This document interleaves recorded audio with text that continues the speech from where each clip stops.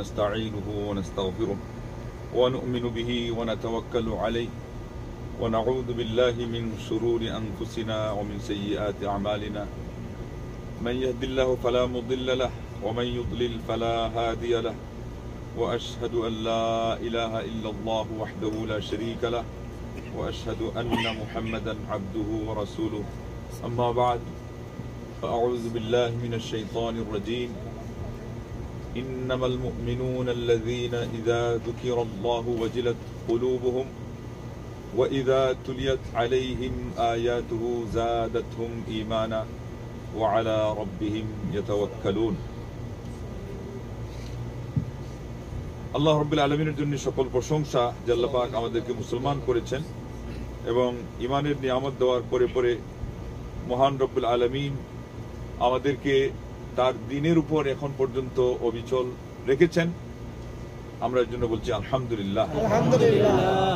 আজকের বিষয় আপনারা শুনেছেন, ঈমান বৃদ্ধির উপায় উপকরণ। অনেক উপায় উপকরণই আছে কোরআন সুন্নাহর মধ্যে। আল্লাহ রাব্বুল আলামিন এবং প্রিয় হাবিব মুহাম্মদ আরবি সাল্লাল্লাহু আলাইহি ওয়াসাল্লাম আমাদের বলে দিয়েছেন। আমাদের প্রয়োজন শুধু এগুলো খুঁজে খুঁজে বের করা। তো সেই জন্য আজকে সূরা আনফালের 2 নম্বর আয়াত দিয়ে আমি শুরু করছি এবং মহান রব্বুল আলামিনের বারগাহে তৌফিক চাচ্ছি। আপনারাও মনে মনে দোয়া করেন যে আল্লাহ যেন আপনাদের এত পরিশ্রমে আয়োজন করা এবং এখানে আসা, এখানে অংশ নেওয়া, এটাকে যেন আল্লাহ রাব্বুল আলামিন সার্থক করেন। এমনকি পুরা জীবনের আয়োজন তো আমাদের একটা বিশেষ উদ্দেশ্য নিয়ে যে আল্লাহকে আমরা রাজি খুশি করব, জান্নাত লাভে ধন্য হব, পরকালে গিয়ে আল্লাহ নবী সাল্লাল্লাহু আলাইহি ওয়াসাল্লামের সাথে মিলিত হব, নবী, সিদ্দিকিন, শুহাদা, সালেহিন, সাহাবা, তাবেঈন, সালাফে সালেহিনদের সাথে আমরা জান্নাতুল ফিরদৌসে আমরা ঠাঁই পাবো। আল্লাহ যেন আমাদের সেই আশা, সবার মনের এই আকুতি মহান রব্বুল আলামিন যেন তার নিজ গুণে কবুল করে নেন, বলেন আল্লাহুম্মা আমিন। কারণ ঈমান বৃদ্ধি হওয়ার সাথে তো এটা আমরা আশা করব, এটাই স্বাভাবিক। ঈমান বৃদ্ধি হবে, আপনি বড় ঈমানদারদের তালিকাভুক্ত হয়ে যাবেন। ঈমান বৃদ্ধি হবে, আপনি আল্লাহর ওলি হয়ে যাবেন। আল্লাহ রাব্বুল আলামিন সূরা ইউনূসের ৬২ নম্বর আয়াতে যেখানে অভয়বাণী শুনিয়েছেন যে যারা আল্লাহর ওলি তাদের কোনো ভয় নেই, চিন্তা নেই, সেখানেই আবার তাদের পরিচিতি বলেছেন আল্লাযীনা আমানু ওয়া কানু ইয়াত্তাকুন। ওই সূরারই ৬৩ নম্বর আয়াতে বলেছেন যে আল্লাহর ওলি কারা? আল্লাহ বলছেন যারা ঈমানদার এবং যারা তাকওয়াবান, বলেন আলহামদুলিল্লাহ। আলহামদুলিল্লাহ। এখন এরপরও আমরা আল্লাহর ওলি হতে পারি না কেন? সবাই তো ঈমানের দাবিদার নাকি? এবং তাকওয়ারও কথা যদি কাউকে খালি বলা হয়, আরেকজনের চেয়ে একটু কম, উনি সোজা দাঁড়িয়ে যাবে, কি কন, আল্লাহকে ভয় করে আমার মতো কেউ আসে নাকি? কি বলেন? কিন্তু সমস্যা কোন জায়গায়? বাস্তবে আমরা কতটুকু ভয় করি, এবং এটার পরীক্ষার একটা জায়গা হলো একাকী আমি কতটুকু আল্লাহকে ভয় করি। একা যদি আল্লাহকে ভয় করতে জানি, আল্লাহর দ্বীনের আলোচনার সময় এই যেখানে বসছেন এই সময় যদি আমি অন্তরকে হাজির রাখতে পারি, আর কোরআন তিলাওয়াতের সময় যদি অন্তর হাজির রাখতে পারি, তাহলে ইমাম ইবনুল কাইয়িম রাহিমাহুল্লাহ তিনি ওই যুগের যে সমস্ত আলিমরা ছিলেন তাদের মধ্যে বলা হয় আধ্যাত্মিক যেই সমস্ত বিশেষজ্ঞ, মানুষের আধ্যাত্মিক রোগের কি চিকিৎসা, এগুলো সম্পর্কে তিনি বেশি জানতেন। তিনি বলেছেন এবার বুঝবেন যে আপনার অন্তরটা জীবিত আছে। এই যে আলোচনার মাহফিলে আমরা কিন্তু অনেক সময় ওই উদাসীন হয়ে বসে থাকি, বাস্তব কি অবাস্তব? কারণ এখানে মনোযোগ দিয়ে শুনলে তো আসল জিনিস এসে যাবে অন্তরে। একদিনের কোন আলোচনায় আছে এমন কিছু কথা যে সারা জীবনের খোরাক হয়ে যাবে আপনার, মানে গাইডলাইন পেয়ে যাবেন আপনি যে না আমাকে এইভাবে চলতে হবে। কিন্তু আমরা তো কত আলোচনাই করলামও, কত আলোচনা শুনলামও, কিন্তু জীবন তো ওই রকম স্বচ্ছ হচ্ছে না এখনো। তাইলে আজকে অন্তত আমরা সবাই নিয়ত করি, আগে আমাকে দিয়ে শুরু করি যে আলোচনা যে করছি কেন করছি। ওয়াজ তো অনেক হলো, শরীরে কত সিগন্যাল এসে গেছে যে তুমি আর বেশি দিন বাঁচবা না। আরো বেশি একজন কবি বলেছেন যে দিন যখন ঘনিয়ে আসে আর বিভিন্ন দিক থেকে ওইদিকে সন্তান সন্ততিও দেখা যাচ্ছে যে মাশাআল্লাহ বড় হয়েছে, আবার এদিকে শরীরে অসুখ বিসুখ নানানভাবে দেখা দিয়েছে। ইন্নার রিজালা ইদার রিজালু কাবুরাত আওলাদুহা ওয়া আখাযাত আলামুহা তা'তাদুহা ওয়া কাসুরাত মিন সাকামিন উওয়াদুহা ফাহিয়া জুরুউন কাদ্দানা হাসাদুহা। মানুষের সন্তানরা যখন বড় হতে লাগে এবং শরীরে বিভিন্ন ধরনের অসুখ বিসুখ, ব্যথা বেদনা এগুলো বারবার দেখা দিতে থাকে, আর অসুস্থ হিসাবে ওনাকে মানুষ দেখতে আসতে থাকে, বললেন যে এগুলো সব ওই সমস্ত শস্য দানা যেগুলোর থেকে আপনাকে বুঝতে হবে যে আপনার জীবনের পরিসমাপ্তি ঘনিয়ে এসে গেছে, আপনাকে দুনিয়া থেকে বিদায় নিয়ে চলে যেতে হবে। আমাদের অনেকেরই তো এই অবস্থা দেখা দিয়েছে, নাকি দেয় নাই?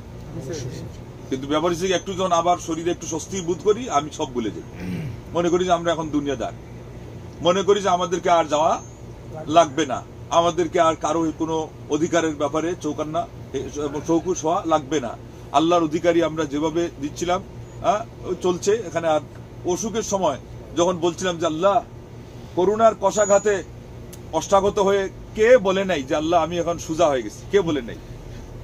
কে বলে নাই? এমনকি যে আক্রান্ত হয় নাই, অন্যদেরকে দেখে হায় হায় মানুষ ঢলে ঢলে পড়তেছে, এটা কি? ওই পোকা মরার বিষ প্রয়োগ করলে যেরকম জোরে জোরে জোরে জোরে পোকা পড়ে আর মরে, পড়ে আর মরে। একটা তো ঔষধের ক্যানভাস ছিল কিছুদিন আগে, আসলে নাই, পড়ে মরে কেন? মানে বুঝাচ্ছিল যে এটা খালি দিবেন আর পোকা ফড়িং পড়ে মরে যাবে। তো করোনার সময় তো আমরাই পড়ে মরার অবস্থা ছিলাম, কাউকে আক্রমণ না করলেও এটা দেখছি, দেখে বলছি যে আল্লাহ এত কঠিন করুণার আগ্রাসন, আমাকে তুমি রক্ষা করো, আর আমাকে তুমি এটা দিও না, আমি এমনি কি হয়ে গেলাম? সুজা হয়ে গেলাম। কিন্তু মানুষের স্বভাব, এরপরে আবার আমরা কি হয়ে যাই? যেই আসলে যেই সেই কার স্বভাব? পাথরের স্বভাব। সেও একসময় কিন্তু হেলে যায়। কর্মকাররা যে আঘাতের পর আঘাত যখন শুরু করে, একসময় সে আবার আগুন দিয়ে লাল করা হয়, সুজা হয়ে যায়। কিন্তু আমরাই মানুষ, আমরা অত সহজে সুজা হই না। আজকে কি নিয়ত করছেন নি সুজা হওয়া? এটা লজ্জার কিছু আছে নাকি ভাই? পরকালে গিয়ে যদি সুজা হইতে গিয়ে এখন একটু কথা যদি শক্ত হয়ে যায়, আর শেষের দিকে আলহামদুলিল্লাহ আমি আরামে জান্নাতে চলে আসছি, দুনিয়ার ঝামেলা থেকে মুক্ত হয়ে পাপের কারণে জাহান্নামের আগুনের কষ্ট পাইতো, আল্লাহ আল্লাহ আল্লাহ, তাইলে আমাকে যিনি শক্ত কথা বলে হোক, আমাকে একটু সজুরে টেনে হোক উদ্ধার করছে, ইনি আমার সবচেয়ে বড় আপন, ইনি আমার বন্ধু। এই কথা বুঝতে কি আর দেরি করা ঠিক নেই, উচিত নেই? আমরা তো এটাই বুঝি না। এই জন্য তুষামুদ খুশামুদ যারা করে, আমরা এদেরকে খুব ভালো জানি। আর যেই মানুষ আমাকে একটু নরমের পাশাপাশি গরমে একটু ভালো জিনিস আমাকে দিতে চায়, আমরা কিন্তু এই সমস্ত মানুষকে কি করি না? ভালোবাসি না। কোরআনে আল্লাহ পাক বলছেন যে ওয়ালাকিল্লা তুহিব্বুনান নাসিহিন, এটা মানুষের একটা স্বভাব, এটা বদঅভ্যাস, যে যারা তোমাদের শুভকামী, যারা তোমাদের কল্যাণকামী, তোমাদের একটা স্বভাব হলো তোমরা কিন্তু মূলত বাস্তবে প্রকৃতপক্ষে তোমরা তাদেরকে ভালোবাসো না। বিশেষ করে দুনিয়াদার যারা, এদেরকে মানুষ যখন দিনের দিকে ডাকে, আখিরাতের স্বার্থের দিকে ডাকে, ওরা কি শুনে না? ওদেরকে আপন জানে? ওরা শুনেও না। এদেরকে আপন জানা তো দূরের কথা, শত্রু জানা ছাড়া তারা মনে করে না যে আমাদের কিছু ভাবতে হবে। লা ইলাহা ইল্লাল্লাহ। সেই জন্য আজকে আমাদের সমাজে ভালো মানুষের কি নাই? পরিবেশ নাই। ভালো মানুষের মান সম্মান তো দূরের কথা, তারা স্বাভাবিক অবস্থায় বেঁচে থাকারও সেই পরিস্থিতি নাই। যাদের হাতে যে ক্ষমতা আছে, আমরা যেন কোনো প্রকারেও তাদেরকে হেনাস্তা করি, আমরা অপমান করি, কথা দিয়ে হোক, আমার শক্তি থাকলে শক্তি প্রয়োগ করে হোক, তাকে কুণ্ঠাসা করে রাখি। অথচ উচিত ছিল যে মানুষগুলো আমাকে ভালো জিনিস স্মরণ করিয়ে দেয়, যে মানুষগুলো আমার সমাজকে ভালো দিকে আহ্বান করে, ভালোর দিকে তারা গাইডলাইন করে, এই মানুষগুলোকেই সম্মান করা, সম্মানের চোখে দেখা, তাদেরকেই আরো বেশি উৎসাহিত করা, তাহলে পরে আমাদের সমাজ ভালোর দিকে আগাইত। অথচ এখন দেখেন সমাজ কোন দিকে যাচ্ছে। ইমান বৃদ্ধি পাবে তো দূরের কথা, ইমান কিভাবে নষ্ট হয়, মানে ইমান কমে গিয়ে থেমে যায় তা না, নষ্ট হয়ে যাক, আমরা সেই পথে আছি। তো যাই হোক, আসেন পরবর্তীতে আমরা আয়াত এবং যে উপদেশের হাদিস বা বাণীগুলো আসবে, এর আলোকে আমরা যতটুকু পারি আজকে আমরা আলোচনা করে শেষ করে দিব। আলোচনায় উদ্দেশ্য যেহেতু নয়, উদ্দেশ্য হলো কি? আমাদের ইমান বৃদ্ধি করা। এই জন্য আল্লাহ রাব্বুল আলামিনের কাছে কায়েম মনোবাক্যে বলতে থাকেন যে আল্লাহ তুমি আমাদের ইমান বাড়ায় দাও। তো প্রথমে আমাদের এটা জানতে হবে যে ইমান কি বাড়ে কিনা। একটা হলো নলেজের কথা, আজকে আমি সেটাই বলছি না। আপনার বুকে হাত দিয়ে আপনি বলেন, মনকে প্রশ্ন করে বলেন, ইমান যে জিনিসটা, আল্লাহ সম্পর্কে আস্থা, ভরসা, এটা কি আপনি বুঝেন কিনা মাঝে মধ্যে বাড়ে? জি বাড়ে এবং কমে। আর যেটাই বাড়বে সেটাই কিন্তু কমবে। আমার এখানে গ্লাসে যদি আর একটু পানি দেন তো বাড়লো, তো ওইটাই কিন্তু আবার যদি ঢেলে দেওয়া হয় বা আমি খেয়ে ফেলি, পান করি, তাহলে কমবে। যেটা বাড়ে এটা কমে। এই জন্য কোরআন কারীমের মধ্যে সুস্পষ্ট হবে কমার আর কোনো কথা পাওয়া যায় না। হাদিসের মধ্যে খুব কঠিন বের করা সরাসরি, কিন্তু বাড়ার কথাটা আসছে। যেহেতু আল্লাহ রাব্বুল আলামিন দেখতেছেন যে বাড়ার কথা মেনে নিলেই হয়ে গেল, যে জিনিস বাড়ে সেটাই কমে। তো আবার আল্লাহ পাক কত জায়গায় বলেছেন ঈমান বৃদ্ধি পায়। আমি যে আয়াত পড়েছি সূরা আনফালের 2 নম্বর আয়াত, সেখানে আপনারা কি শুনলেন যে মুমিন তো প্রকৃতপক্ষে তারাই যাদের সামনে আল্লাহর নাম উচ্চারণ হলে ওয়াজিলাত কুলুবুহুম। আল্লাহু আকবার। এই যে বাড়ার জায়গাটা কোনটা? বাড়ার জায়গাটা অন্তর, সেখান থেকে তো বাড়ি আসবে মূল ইঞ্জিনটা। এই জন্য আল্লাহ বললেন সেটা কেঁপে ওঠে। আর ওয়াইদা তুলিয়াত আলাইহিম আয়াতু, তাদের সামনে যখন আল্লাহর আয়াত তিলাওয়াত করা হয়, যাদাতহুম ঈমানা, তখন এই আয়াতগুলো তাদের ঈমান বৃদ্ধি করে। আয়াত কি করে? ঈমান বৃদ্ধি করে। আল্লাহ পাক কি বললেন? ঈমান বৃদ্ধি করার কথা। তো বৃদ্ধি যদি না হয় আল্লাহর জন্য এরকম কথা কি মানাইতো নাকি?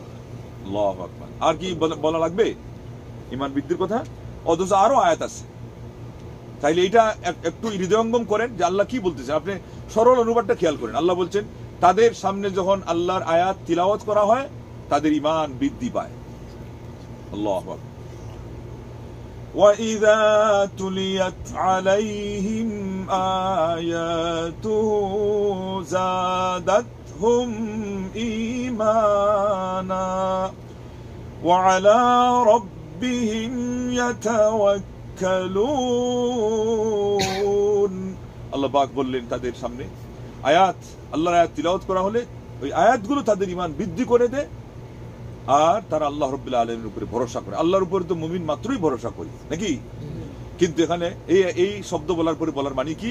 ঈমান যখন বেড়ে গেল তখন এই ঈমানের অতিরিক্ত অংশটাই তাকে আল্লাহ ভরসা আরো বেশি শিখালো। এখন আর তার মধ্যে আল্লাহর উপর ভরসার ক্ষেত্রে দুর্বলতা থাকে না, ওইদিকে ঈমান বেড়ে যায়। বেড়ে যাওয়ার কারণে আরেকটা প্রভাব সৃষ্টি হয় তার আচরণের মধ্যে, যে সে এখন আল্লাহ ভরসা করাটা আগের তুলনায় আরো বেশি সে শিখে এবং সে আল্লাহর উপর ভরসা করতে পারে। বলেন আলহামদুলিল্লাহ। আগে কি বলেছেন? আল্লাহর স্মরণ। পরে কি বলেছেন? কোরআন তিলাওয়াত। তাইলে এখানে কিন্তু দুইটা উপকরণ বলে দেওয়া হয়ে গেছে। ঈমান যে বৃদ্ধি পাবে কিসের মাধ্যমে? যিনি আল্লাহর স্মরণ করবেন। আর একটু আগে শুনেছেন ইমাম ইবনুল কাইয়িম রাহিমাহুল্লাহ বলছেন আল্লাহর দ্বীনের আলোচনার সময়, আল্লাহর কালাম তিলাওয়াতের সময় আর একাকী যখন আপনি থাকেন, ওই সময় যদি আপনার অন্তরকে আপনি বুঝতে পারেন যে সে জীবিত আছে, সে আল্লাহকে ভয় করে চলছে, আল্লাহ যেটাকে পছন্দ করেন সেটাই করে, আল্লাহর অপছন্দের জিনিস থেকে সে নিজে বিরত থাকে, উনি বললেন যে তার ঈমান, তার অন্তরটা সহি সালামত আছে। তার মানে এইটাই হলো আপনার ঈমান, যে বৃদ্ধির জন্য যে জিনিস লাগে সেটা উপকরণ। কিন্তু আমরা যদি ওই অন্তরকে মেরে ফেলি, তো মৃত্যু মানুষ কি কোনো কিছু বুঝতে পারে? এমত অবস্থায় অন্তর মরে গেলে বাড়াই কি আর কমাই কি? এই জন্য দেখা যায় যে ইনাদের ওয়াজে কিছু কাজ করে না। কেননা আমরা আমাদের ভাষায় বলি যে চুরে শুনে না ধর্মের কাহিনী। কিন্তু এটা যে বাংলা সাহিত্যেই শুধু বলা হয়েছে, এটা শুধু বাংলা সাহিত্যের কথাই না। এটা মূলত ওই যে বললাম, যিনি হলেন আত্মশুদ্ধির একজন বিশেষজ্ঞ আলেম, শুদ্ধিচারী, এবং মানুষকে শুদ্ধিচারী কিভাবে করতে হয় তার কলা কৌশল জানতেন অনেক ওলামাদের মধ্যে অন্যতম একজন ইবনুল কাইয়িম রাহিমাহুল্লাহ। তিনি বলেছেন কারো মনের ভিতরে যদি পাপের কোনো মোহ ঠাঁই পেয়ে যায়, ওই মোহটা সে এখনো সারতে না পারে, অতিক্রম করতে না পারে, এমন অবস্থায় তার সামনে কোরআন হোক, হাদিস হোক, পরকালের কথা হোক, চোখের সামনে দেখতেছে মারাত্মক বিপদ, এই যে করোনায় কত মানুষ ঝরে পড়ে গেল, উনি বলছেন যে ওই যে চুরে শুনে ধর্মের কাহিনী, এই লোককে কোনো উপদেশে কোনো কাজ দিবে না। কেন? তার অন্তরে ওই পাপের যে মোহটা, ওই মোহে তাকে জ্বালিয়ে পুড়ে সারকার করছে, ওইটাতেই সে জ্বলে পুড়ে শেষ হয়ে যাচ্ছে। এই জন্য আল্লাহর কাছে খুব বেশি আশ্রয় চাইবেন কি চাইবেন না, যে আল্লাহ আমার অন্তরে তুমি পাপের কোনো মোহ এটা ঠাঁই পেতে দিও না। আমি যদি দুর্বল হয়ে কোনো সময় জায়গা দিয়ে দিই, আল্লাহ তুমি তোমার পাওয়ার দিয়ে, তোমার অনুগ্রহ দিয়ে এটাকে তুমি আমার অন্তর থেকে বের করে দিও। বলবেন কি বলবেন না? বলা প্রয়োজন আছে না নাই? এছাড়া তো উপায় নাই, ওয়াজ দিয়ে কাজ হবে না। আগে মনের থেকে পাপের মোহটা অপসারিত করতে হবে, তখনই তো আল্লাহ যেটা বললেন যে হ্যাঁ আল্লাহর স্মরণে তাদের অন্তর প্রকম্পিত হবে, এবং কোরআন তিলাওয়াত যখন শুনবে তখন তাদের ঈমান বেড়ে যাবে, এবং সেই সাথে আরো যত জিনিস আসতেছে সেগুলো তো ঈমান বাড়বে। তো আমরা ওই বাড়ার কথা বলতে গিয়ে এখানে কিন্তু দুইটা উপকরণ পেয়েও গেলাম। ঠিক তদ্রুপ আরেকটা জিনিস আমরা পাইলাম, যেহেতু আমরা এখন বলতেছি যে কোন কোন কারণে বৃদ্ধি পায়। সূরা আল ইমরানের 173 নম্বর আয়াত, আল্লাযীনা ক্বালা লাহুমুন নাসু ইন্নান নাসা ক্বাদ জামাউ লাকুম ফাখশাউহুম ফাযাদাহুম ঈমানা ওয়া ক্বালু হাসবুনাল্লাহু ওয়া নি'মাল ওয়াকিল। তাদেরকে যখন মানুষ বলল যে মানুষ তোমাদের বিরুদ্ধে দাঁড়িয়ে গেছে, তাহলে তোমরা তাদেরকে ভয় পাও। এটা হলো উহুদ যুদ্ধের সময়। উহুদের যুদ্ধের সময় শত্রুরা কত ছিল? প্রায় 3 গুণ বেশির চেয়ে আরো বেশি, আর অস্ত্র সজ্জিত ছিল, তাদের সবকিছু ছিল বেশি, যেটা দিয়ে মোকাবেলা করার কোন ধরনের এখানে মাপকাঠি বা তুলনার কোনো বিষয়ই না, সমীক্ষা করা যায় না। এটা হলো সমস্ত আল্লাহ ভরসা ছাড়া। আবার এসে আরেকজন ভয় ঢুকাই দিচ্ছে, এত মানুষ তোমাদের বিরুদ্ধে, তোমরা এদেরকে ভয় পাও। উল্টা বলতেছে ভয় দেখানোর জন্য। সাহাবারা কি করছেন? তাদের ইমানের মনের অবস্থা কি ছিল? ফাযাদাহুম ঈমানা। সংখ্যা দিয়ে তোমরা আমাকে ভয় দেখাইতে আসছো। সাহাবারা এখানে কি করলেন? আরো তারা মনোবল বৃদ্ধি করলেন, নিজেদের মধ্যে নিজেরা শক্তি সঞ্চয় করলেন। তখন আল্লাহ বললেন ফাযাদাহুম ঈমানা। তার মানে চেষ্টা নিজের থাকতে হবে। আল্লাহ এটা কুদরতি কায়দায় চাইলে তো পারেনি, কিন্তু আল্লাহ আপনাকে এসে, আপনি এখানে যুদ্ধের ময়দানে দাঁড়াইছেন, তারপরেও যে আপনার মধ্যে আল্লাহ রাব্বুল আলামিন অটো সিস্টেমে আপনার অন্তরকে শক্তিশালী করবেন, এটা আশায় থাকেন না। আল্লাহ চাইলে সাহায্য করবেন, এবং এখানেও করছেন, কিন্তু কখন করছেন? বলছেন ফাযাদাহুম ঈমানা। অস্ত্র শস্ত্র সৈন্য সামন্ত ওদের অনেক বেশি। আবার আরেকদিন এসে বলছে, কঠিন মুহূর্তে কিন্তু কেউ যদি আপনাকে আরো দুর্বল হওয়ার কথা বলে, ওই একটা কথা কিন্তু ওই সমস্ত অস্ত্র শস্ত্র এবং শত্রুর যে সংখ্যার আধিক্য, তার চেয়ে কিন্তু বেশি কাজ করে। বলছে ফাখশাউহুম, তোমরা একটু ভীত হয়ে যাও তো, তোমরা নিজেদেরকে একটু সাইড করে রাখো তো, এরা যেভাবে প্রস্তুতি নিয়ে আসছে এখানে মোকাবেলা তো করতে পারবে না, এরকম কথা বলতে যাচ্ছে। ফাখশাউহুম এটা দিয়ে বোঝাচ্ছে এটা, কিন্তু আল্লাহ পাক সাহাবাদের অবস্থার কথা তিনি বলতেছেন ফাযাদাহুম ঈমানা। সাহাবারা আরো তখন তারা কি করছে? তাদের ইমানের মধ্যে আবেগ উপচে পড়েছে। আল্লাহু আকবার। কুদরত ने इस्लाम की फितरत में लचक दी है, इतना ही उभरेगा जितना ही दबाओगे। ওইটাই উর্দুভাষী কবি বলছেন যে আল্লাহ রাব্বুল আলামিন ইসলামের স্বভাবের মধ্যে এমন একটা শক্তি এঁটে দিয়েছেন, সেটে দিয়েছেন, যে এটাকে আপনি যদি দাবানো শুরু করে দেন, ওইটা আরো লাফ দিয়ে উপরে উঠে। বলেন আলহামদুলিল্লাহ। ওই উপর করা কলসিকে যেখানে পানিতে দিয়ে আপনি যদি চাপ দেন, ওটা কি করে বেলুনের মতো আরো লাফ দিয়ে উপরে উঠে যায়। এইভাবে করে বুঝবেন ইসলামের শক্তি। কিন্তু কখন এটা হবে? নিজের মধ্যে আগে ইমানদারিত্বকে আগে আপনি অর্জন করে রাখবেন, সেটাকে আপনি সংরক্ষণ করে রাখবেন, তাইলে আজকে আল্লাহ ইমান বাড়াচ্ছে। তো আল্লাহ পাক বললেন ফাযাদাহুম ঈমানা, এবং এর ইমানের বেড়ে গেল। তারপরে আল্লাহ বললেন ওয়াকালু, তারা যখন বলে, তার তখন বলে উঠলো হাসবুনাল্লাহ। কি বলতে চাচ্ছেন আপনি? তুমি কি বলতে চাচ্ছ? কাদেরকে কি ভয় দেখাচ্ছ? আমাদের জন্য আমাদের আল্লাহই যথেষ্ট, ও নি'মাল ওয়াকিল, এবং তিনি আমাদের জন্য উত্তম অভিভাবক। বলেন আলহামদুলিল্লাহ। এইভাবে আমরা দেখতে পাচ্ছি সূরা তওবার 124 এবং 25 বলছেন ওয়াইদা মা উনজিলাত সূরাতুন নাযারা সূরাতুন ফামিনহুম মান ইয়াকুলু আইয়ুকুম যাদাতু হাযিহি ঈমানা فأما الذين في قلوبهم مرض فزادتهم إيمانا فأما الذين آمنوا فزادتهم إيمانا وهم يستبشرون وأما الذين في قلوبهم مرض فزادتهم رجسا إلى رجسهم وماتوا وهم كافرون لا إله إلا الله। আল্লাহর একটা আয়াত নাজিল হলে, এখানে এই আয়াতে আমরা প্রমাণ পাচ্ছি যে আয়াত নাজিল হওয়ার কারণে, ওই যে আয়াত শুনলে আপনার আগে শুনলেন যে ঈমান বৃদ্ধি পায়। এখানে আল্লাহ পাক বলছেন আয়াত যে নাজিল হয়েছে, নাজিল হওয়ার কারণেও ঈমান বৃদ্ধি পাচ্ছে। তাইলে বাস্তবে এটাই হচ্ছে। আয়াত নাজিল হলে, নতুন আয়াত নাজিল হলে মানুষ নিজেদের মধ্যে কথোপকথন করে, একদল বলে যে এই আয়াত এখন কাদের ঈমান বৃদ্ধি করবে। দেখছেন অবস্থা, কথোপকথন, কনভারসেশন। কোন জিনিস যদি এক পক্ষ থেকে বললে মানুষের ব্রেইনে সহজে ঢুকে না, তখন সেখানে কথোপকথন বলা হয়, কথোপকথনের সাহায্যে উপস্থাপন করা হয়। আমাদের সমাজে একটা সিস্টেম আছে কিনা, ওয়াজ মাহফিলে মাঝে মধ্যে দেখছেন কিনা, আপনার ওই যে শিশু শিক্ষা প্রদর্শনী, বাচ্চারা কিভাবে আরবি শিখলো, বাচ্চারা কিভাবে সালাত শিখলো, দুয়া শিখলো, এগুলো প্রদর্শনী করা হয়, তখন মাঝখানে কি করা হয়, দুইজনকে আনা হয়, সামনে দুইজনকে এনে একজন প্রশ্ন করে আরেকজন উত্তর দেয়।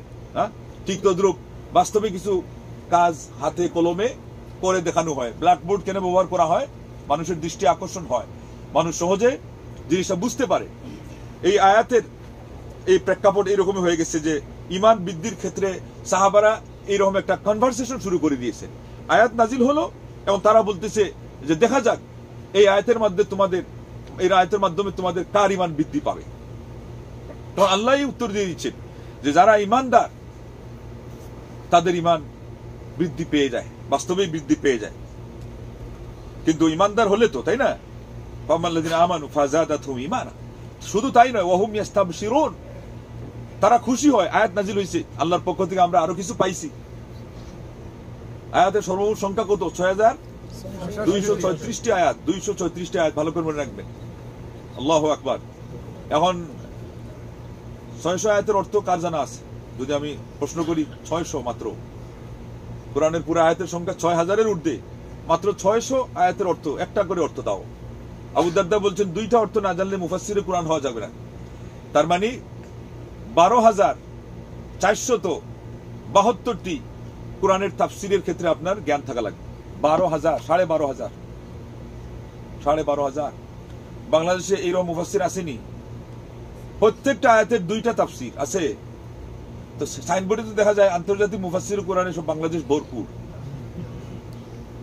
কি কথা কিছু বুঝাচ্ছেন নি? বুঝতেছেন নি কিছু? নিজেকে নিজে বুঝান কিছু, বলে আসি কোথায়। ইদানিং আবার মুফতিও আছে, মুফতি জুজ্জাত করে কথা দুই একটা গুছায়া টুসাইয়া ফতোয়া দেওয়ার আসেনি একজন। যে কোনো বিষয়ে বসে থাকবে উনি, কিতাব দেখবে না। আপনারা প্রশ্ন করবেন, জটিল বিষয়, কঠিন বিষয়, ব্যবসা হতে পারে, তালাক হতে পারে, রাষ্ট্র চালানো হতে পারে, সমর যুদ্ধ সহ এগুলো হতে পারে, অর্থ বিষয় হতে পারে, রাষ্ট্রবিজ্ঞানের বিষয় সহ, যেটা বললাম, উনি উত্তর দিবে চোখ বন্ধ করে, কোনো কিতাব দেখবেন। আছে দু একজন আলেম এই দেশে, তো ডজন ডজন আছে। তার মধ্যে একজন শেখ সালেহ আল ফৌজান এখনো বেঁচে আছেন। আলেম চিনা যায়নি, কিছু চিনা যায়নি। এবং পুরো আস্থা আছে আমাদের যে কোনো আয়াতের আপনি অন্তত সচরাচর যেগুলো অর্থ, যে কোনো আয়াত বলবেন ওই জায়গায় বসেই বলার জন্য। কিন্তু আমাদের ওখানে আপনাকে কিছু তৈরি করে প্রস্তুত করে সারা রাত আমি ওয়াজ শুনাই দিব, আপনি ওয়াজ শুনে একেবারে টাল হয়ে যাবেন এবং সকালে বলবেন যে বাবা, দুনিয়াতে যদি কোনো কোরআনের তাফসীরকার থাকে তো ইনি বুঝে ইবনে কাসিরের চেয়ে আরো বড়, উনি বুঝে ইবনে জারির তাবরের চেয়ে আরো বড়। কিন্তু আসল ঘটনা হলো ইলম ওই জায়গাতেই। ওই যেদিন আপনাকে আলোচনা শোনানো হয়েছে ওই দিন সব সারপত্র জমা করে আপনাকে শুনে সেরে দিয়েছি। এরপরে ওইটাও হয়তো আমারই থাকবে না। আর বাকি ডান বাম যদি কিছু জিজ্ঞাসা করা হয় তাহলে বম ব্লাস্ট করলেও মনে আমার নাড়ি বুড়ি থেকে কোনোটাই বের হবে না। বেশিরভাগ আমাদের এই অবস্থা। এটা আপনাকে আমি আত্মসমালোচনার বলছি। আর আরেকটা কারণে বলছি যে আপনারা যে বিভ্রান্ত হচ্ছেন, যাকে তাকে আল্লামা বানাই বসে আছেন কি নাই? কোরআনের উপরে একটা টান দিলে আমাদের দেশে আল্লামা, সে নিজেই যদি বলে আমি কোরআনের হাফিজও না, কিছুই না, ওই এমনি এদিকে টান দেয় ওইদিকে যায়, ওইদিকে টান দেয় এদিকে যায়, মানুষ আমার কারিও বানাই লিখছে, তারেও আল্লামা বানাই লিখছে। আউল বাউল এরপরে ফাউল, তারেও আল্লামা বানিয়ে ফেলাই দিচ্ছে। অথচ ঘটনা হলো এরকম, আও জানি না বাও জানি না, মসজিদ ভাঙ্গা ঘর, আমিও মসজিদ তোরেও খাইছি আল্লাহু আকবার। একজন বলছে এটা বলে নিয়ত, মানে কি ওই যে কিছুই জানেন না, এখন একটা গদ নিজেই বানিয়ে ফেলাই দিচ্ছে। তাহলে আজকে আপনাদের বুঝতে হবে যে আমরা কোন সমাজে বাস করছি। ইলমের একটা পরিস্থিতি আছে যেটা অত্যন্ত নিধন। ইলম নাই, ইলম কালাম আজকে নাই। ওই কিতাব দেখে আপনাদেরকে কিছু বলা হয়, বেশিরভাগ ওই মানের আলেম আজকে সমাজে এমনিই নাই। সেই জায়গায় আপনারা যে অবস্থা শুরু করেছেন, এক একজনকে নিয়ে বিভ্রান্ত হওয়া, লক্ষ লক্ষ টাকাও দিচ্ছেন, হেলিকপ্টার ভাড়া করে নিয়ে যাচ্ছেন, এদেরকেও গুমরাহ বানাচ্ছেন, জাহান্নামী হচ্ছে ওরা। কারণ না জেনে কোরআনে কথা বললে জাহান্নামী। আবু বকর সিদ্দিক রাদিয়াল্লাহু আনহু বলছেন, মান ক্বালা ফিল কুরআনি বিরাইহি ফাকাদ কাফার। বলছেন কোরআনের মধ্যে নিজের মন গড়া কোনো কথা যে বলবে সে কাফির হয়ে যাবে। লা হাওলা ওয়ালা কুওয়াতা ইল্লা বিল্লাহ। মন গড়া কথা আমাদের সমাজের লোকজন বলে কি বলে না? সূরা তাওবার 119 নম্বর আয়াতে আল্লাহ বলছেন যে ইয়া আইয়ুহাল্লাযীনা আমানুত্তাকুল্লাহ ওয়া কুনু মাআস সাদিকিন। হে মুমিন সম্প্রদায়, তোমরা আল্লাহকে ভয় করো আর তোমরা সত্যবাদীদের সঙ্গী হয়ে যাও। এই যে আল্লাহ সত্যবাদীদের সঙ্গী হয়ে যাও যে বললেন, এটার অর্থ আমাদের সমাজে কি করা হয় আপনারা জানেন? কার জানা আছে? কোন দিকে কার জানা আছে? আবার সূরা মায়দার 35 নম্বর আয়াতে আল্লাহ বলছেন ওয়াবতাগু ইলাইহিল ওয়াসিলা, আল্লাহকে পাওয়ার জন্য তোমরা ওসিলা অন্বেষণ করো। এই ওসিলা দিয়ে আমাদের সমাজে কি অর্থ করা হয় কার জানা আছে বলেন দেখি? কি এটা বলে ফেলছে, কারণ এটা বহু আগ থেকে চলে আসতেছে যে ওসিলা দিয়ে পীর বুঝানো হচ্ছে। এখনো কি এই বিশ্বাস কারো অন্তরে আসেনি? আর সৌদি আরবে আসলে যে সৌদি আরবে এরকম একটা অস্ত্র আছে, এটা দিয়ে আপনার অন্তর থেকে কিছু মুছে ফেলা দেবে এমন তো না। সংস্কার করার জন্য আপনি যদি চেষ্টা করেন, ইসলামিক সেন্টারগুলোতে যাতায়াত করেন এবং বইপত্র পড়েন এবং আপনি সঠিকটা জানার চেষ্টা করেন, আল্লাহর কাছে কান্নাকাটি করেন যে আল্লাহ আমি তোমার কোরআনে কি বলতে চাইছো, আমি তো এই 6000 এর ঊর্ধ্বে আয়াত এগুলো কিছুই শিখানোর আমার সময় নাই, যোগ্যতাও নাই। অন্তত 6টা আয়াতের অর্থ আমি ঠিক মতো আমি জানতে চাই, তুমি আমাকে সেই তৌফিক দাও। বলছেন নি কোনোদিন আল্লাহর কাছে? এই তো এখনই তো ফেল, আপনি ফেল। হেদায়েত কি এমনি পেয়ে যাবো আমরা? হেদায়েতের ভান্ডার তো মহাগ্রন্থ আল কোরআন। ব্যাখ্যা হাদিসে আছে, লক্ষ লক্ষ হাদিস, কত বাণী আছে সালাফে সালেহিনদের, কিন্তু মূল কেন্দ্রবিন্দু হেদায়েতের কোনটা? মহাগ্রন্থ আল কোরআন। তো এটাই কি আমরা বিশেষ বিশেষ সূরা, বিশেষ বিশেষ আয়াত বাছাই করে করে সূরা ফাতিহা, যেটা সালাতের প্রত্যেক রাকাতে আমরা পড়ি, প্রত্যেক সালাতের পরে আবার যেই আয়াতটা পড়ি, মহাগ্রন্থ আল কোরআনের সবচেয়ে মাহাত্ম্যপূর্ণ আয়াত আয়াতুল কুরসি, এই দুইটা একটা সূরার একটা আয়াত। আজকে আমাকে ওয়াদা দেন যে এখনই গিয়ে রাত্রে আমার খাবার হজম হওয়ার আগে আমি খুঁজবো আগে সূরা ফাতিহার অনুবাদ কোথায় লেখা আছে। আর যদি বই সংগ্রহ করে না থাকি, ইসলামিক সেন্টারের কোনায় কানায় কোন জায়গায় আছে, শেখ আমিন আমাকে দেন। সূরা ফাতিহার অর্থ আমি জানি না, আমি কোন মুসলমান? আমি আজকে মারা গেলে আল্লাহর সাথে কোন চেহারাতে আমি দেখা করবো? 6000-এর ঊর্ধ্বে বার্তা, আর এক এক আয়াতের ন্যূনতম হলো 2টা অর্থ আবু দারদা বলছেন। সেখানে 12,500টা বিষয় আমার কোরআন থেকে নেওয়া দরকার ছিল, আমার 6টাও নাই। আমি কোন মুখে আল্লাহর সাথে দেখা করব? আমাকে অন্তত যেই সূরা ফাতিহা ছাড়া সালাতের একটা রাকাত হয় না, এই ফাতিহার অর্থ আজকে আমি না জেনে আমি ঘুমাবো না, আমাকে একটা ব্যবস্থা দেন। বলতে পারবেন? আর আজকাল তো ওই কোরআন থাকা লাগবে না, এই যে খালি যে নেট তো ব্যবহার করেন, এখানে যদি বঙ্গানুবাদ অথবা কোরআনের অনুবাদ সূরা ফাতিহা লেখেন, আপনাদের বাংলাতে অনুবাদ এসে যাবে, একাধিক কোরআনের আসবে। বিশ্বস্ত কোরআনের মধ্যে আসবে আহসানুল বায়ান, তাইসিরুল কোরআন, বিশ্বস্ত যেগুলো। ঠিক তদ্রূপ নেটে দেখলাম যে আরো কিছু আছে, তাফসিরে জাকারিয়া সহ, এগুলো আপনারা চেষ্টা করলে পেয়ে যাবেন। ইসলাম হাউসে ঢুকবেন, বিষয়ভিত্তিক বই আপনারা পেয়ে যাবেন। গুরুত্বপূর্ণ যে আয়াত এবং সূরাগুলোর অনুবাদ, দুরুসুল মুহিম্মা লিআম্মাতিল উম্মাহ, শেখ বিন বাজ রাহিমাহুল্লাহর একটা বই আছে, সর্বসাধারণের জন্য গুরুত্বপূর্ণ দার্স সমূহ, ক্লাস সমূহ। এখানে কিন্তু উনি এত মানে বুদ্ধিমত্তার সাথে কাজ করেছেন, আকীদার মৌলিক কথা এনেছেন, সালাতের মৌলিক কথাগুলো এনেছেন, সেই সাথে ওই সালাত পড়তে গেলে যে গুরুত্বপূর্ণ সূরা এবং দোয়া জিকির, এগুলো উনি এনে একটা মুসলমানের জন্য সংক্ষেপে একটা সিলেবাস উনি দিয়ে দিয়েছেন। এগুলো হলো আলেমে রব্বানি হিসাবে তারা জাতির জন্য যে কাজ করছে তার বাস্তব প্রমাণ। আর আমরা অনেকে একেবারে আসমানের উপরে উড়াই দিছি, কেউ পাতালপুরীর ভিতরের জ্ঞান গর্ভের খবর শোনায় দিছি, কেউ উত্তর মেরুতে কি দক্ষিণ মেরুতে সব স্বপ্ন দেখায় দিছি। আর মানুষের পায়ের নিচে মাটি কোথায়, এই মানুষটা আজকে মারা গেলে সে কি নিয়ে আল্লাহর সাথে সাক্ষাৎ করবে, কবরে 3টা প্রশ্নের কি উত্তর দিবে, আমরা এগুলোর খবর তাদেরকে দেইও নাই, নিজেরাই নেই নাই, নিজের কাছে ওই ইলমে নাফিয়া নাই, আমলে সালেহ নাই, তাকওয়া ওই পরিমাণে নাই, জাতিকে আমি কি বা উপহার দিব, আল্লাহ আমার মুখ দিয়ে কি বা বের করবেন, আর জাতি আমার কাছ থেকে কি বা নিবে। আমরা নিজেদের অযোগ্যতার কারণে আজকে যেই পরিমাণ ক্ষতিগ্রস্ত হয়েছি, তার চেয়ে ক্ষতিগ্রস্ত কোন শত্রুর মাধ্যমে হয়নি। মানে আমরা নিজেরাই নিজেদের শত্রুতা করছি সবচেয়ে বেশি, নিজেরাই নিজেদের ক্ষতি করছি সবচেয়ে বেশি। এখন দাওয়াতি অঙ্গনে আলিমে যেই পরিমাণ আপনার এই কামড়া কামড়ি হচ্ছে, এতেও ক্ষতিগ্রস্ত ঘুরে ফিরে কি হচ্ছে, মুসলমানরাই হচ্ছে, ওরাই নিজেরাই হচ্ছে। কেন আমরা প্রায়োরিটিতে কি রাখবো আমরা ঠিকই জানি না। এই জন্য আসেন আজকের যে বিষয়, এটা ওই রকম একটা বিষয় যেটা আপনাকে শিক্ষা দিবে যে আপনি কোন জিনিসটা প্রায়োরিটিতে রাখবেন, কোনটা নিয়ে আপনি সবার আগে চর্চা করবেন, কোন জিনিসটা চর্চা করলে আপনার লাভ হবে। তো সূরা মায়দার 35 নম্বর আয়াত আর সূরা তওবার 119 নম্বর আয়াত নিয়ে তো আমাদের সমাজে পুরো একটা ব্যবসা বানিয়ে ফেলছে। কি ব্যবসা? এটার নাম কি বলবেন আপনি? এটার নাম কি? একটা সংক্ষেপে নাম দেখি, এই ব্যবসার নাম কি? পিরালি ব্যবসা। আর যেগুলো এগুলো করে ওই সমস্ত গান গায়, ওটা হলো বাউল ফকির। ওটার নাম কি দিবেন আজকে থেকে? বাউল ফকির, কোন আলেম না।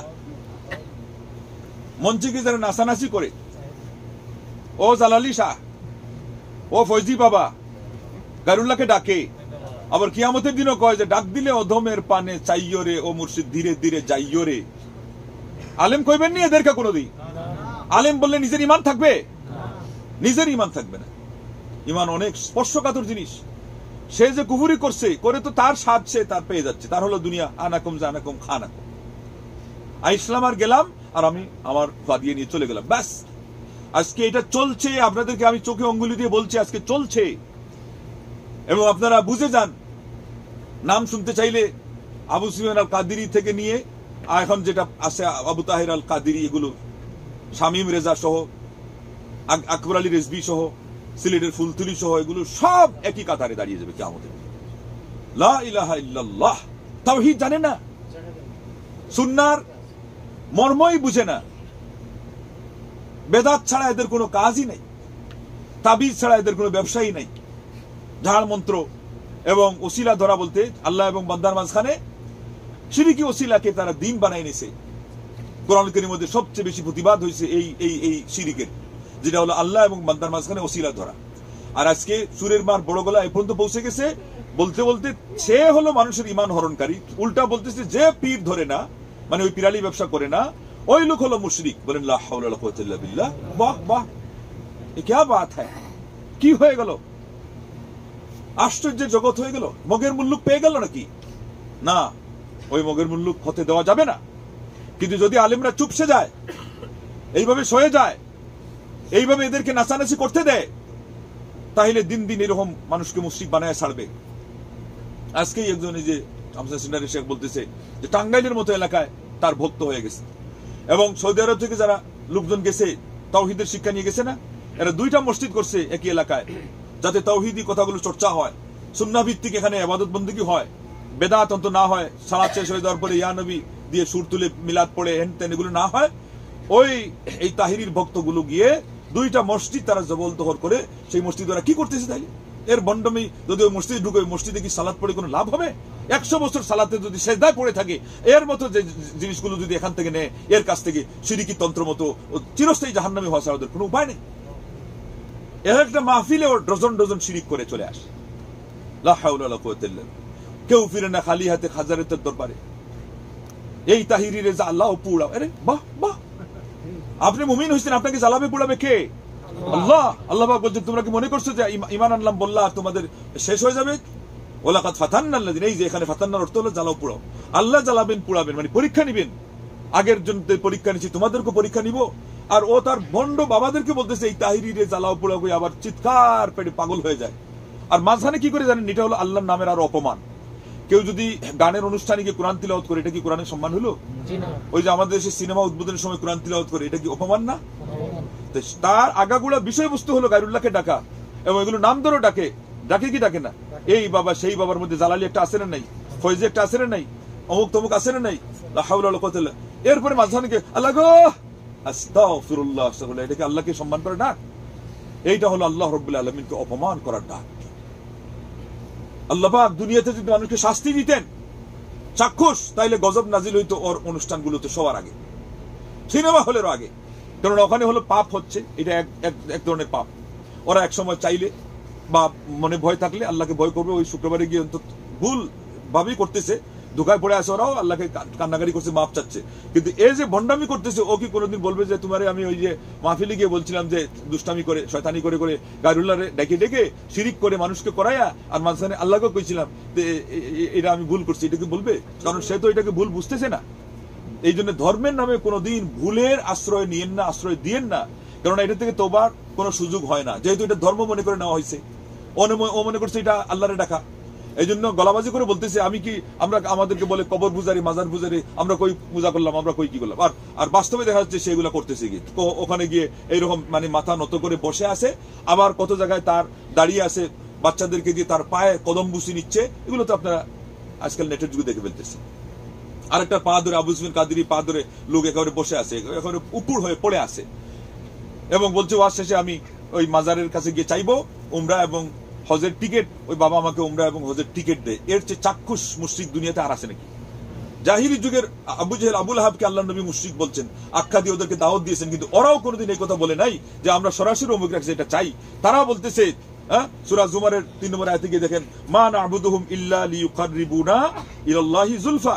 ওরাও বলতেছে যে আমরা এদের ইবাদত শুধু এই জন্য করি যে এরা আমাদেরকে আল্লাহ রাব্বুল আলামিনের এই নৈকট্য লাভ মানে কাছে করে দিবে। শুধু আমরা এদের সরাসরি কোনো ইবাদত করি না। সূরা জুমারের কত নম্বর আয়াত? 3 নম্বর আয়াত মনে রাখবেন। আমি আপনাদেরকে করলাম, আপনাদের কাছ থেকে ওয়াদা নিচ্ছি, আলা লিল্লাহি দ্বীনুল খালিস দিয়ে শুরু হয়েছে, আর এরপরে এই কথা মাঝখানে, এরপরে আল্লাহ কি বলছেন? ইন্নাল্লাহা লা ইয়াহদি মান হুয়া কাযিবুন কাফার। আল্লাহ পর্যন্ত পৌঁছতে গেলে যে মাধ্যম ধরে বিশ্বাস করে, এটাকে আল্লাহ প্রথমে ফতোয়া আগে শুনাই নেই, বলছেন যে বড্ড কাফির, মহা কাফির, মস্ত বড় কাফির। ওই যে বগুড়াতে মহাস্থান বানাইছেন না, এই মহাস্থান মানে কিসের মহাস্থান? মহা কুফুরির স্থান। আমি বললাম এটা মহা কুফুরির স্থান। আরে সিঁড়ি দিয়ে আমি দেখি হঠাৎ করে নেটের মধ্যে আসছে কি দেখার, এটা মহাস্থান। ইদানির মধ্যে তাদের কোনো মহড়া আছে, আল্লাহ কি উঁচা থেকে নিচা, উঁচা থেকে নিচা কত দূর যাচ্ছে যাচ্ছে, আর এরপরে মানুষ ওখানে গিয়ে মানত নিয়ে যাচ্ছে। এখানে কেউ গিয়ে তার মনের প্রয়োজন চাহিদা মিটানোর কথা বলে আসতেছে। এই বাবা তো, এই মানুষটা মারা গেছে, ও তোমার কি করবে? আল্লাহ বলছেন যে এদেরকে তোমরা যদি ডাকো, চিৎকার করে মরো, ওরা তোমাদের চিৎকার শুনবে না, আর যদি কথার কথা শুনেও তাহলে তো তোরা উত্তর দিতে পারবে না। আর আল্লাহ রাব্বুল আলামিন অপেক্ষায় আছেন 24টা ঘন্টা। এটা গুনাহ করলে, রাত্রে গুনাহ করছে, দিনে যদি মাফ চায়, আল্লাহ মাফ করার জন্য প্রস্তুত। আর উনিই তার ক্ষমতা রাখেন। এই এবিলিটি কেবলমাত্র কার? মানুষকে ক্ষমা করার শক্তি আল্লাহ। আর আপনারা দিয়েছেন গায়রুল্লাহকে। এটা তো এক যুগে এক সময় ছিল খ্রিস্টানদের ওখানে, তাদের পুপদেরকে তারা দিয়েছিল। ওরা যত ধরনের অপকর্ম করত, এরপরে বড় অঙ্কের হাদিয়া নিয়ে যেত। ওদের সিস্টেমও করা ছিল, অফিসিয়াল বানিয়ে লিখছিল, এটা চেক লেখছিল, চেক। আজকাল যেমন আমাদের দেখেন না, ওই যে গাড়ির মধ্যে অনেক সময় ভুয়া চেক আলারা গিয়ে মসজিদ মাদ্রাসার নামে চাঁদা চায়, আপনারা ওদেরকে পাইলে কি করেন? শাস্তা করিয়ালেন। ওরা একেবারে মানুষের ইমান খাইয়া লইত, চেক দিত, বড় অঙ্কের হাদিয়া পায়া শেকুল গুফরান, এটা হলো ক্ষমার চেক। আরো বড় অঙ্ক পাইলে শেকুল জান্নাহ, জান্নাতের চেক। এরপরে খ্রিস্টানদের মধ্যে তো কিছু শিক্ষা এখন বাড়ছে না, শিক্ষিত হওয়ার পরে ওরা দেখলো এইটা কেমন কথা, পুপ আমাদেরকে জান্নাতের চেক দিবে, ক্ষমার চেক দিবে, এটা তো হতে পারে না। তখন তারা ওই খ্রিস্ট ধর্মের আরো কিছু ভুল, ওগুলো এর থেকে বের হয়ে না আসতে পারলো, এটা বুঝে গেছে। তখন তারা পুপদেরকে তালাক দিয়ে বেরিয়ে আসছে। তারা কিন্তু গবেষণারও বিরোধী ছিল, কারণ পুপরা অনুমতি দেয় নাই। 200 বছর আগ পর্যন্ত খ্রিস্টানদের গবেষণা নিষেধ ছিল, বিজ্ঞান নিয়ে চর্চা করা নিষেধ ছিল, পুপরা মানা করে রাখছিল। যখন এই বন্ধাত্মতে তারা উদ্ধার পেল, এরপরে তাদের চোখ মেলে তারা গবেষণা শুরু করলো।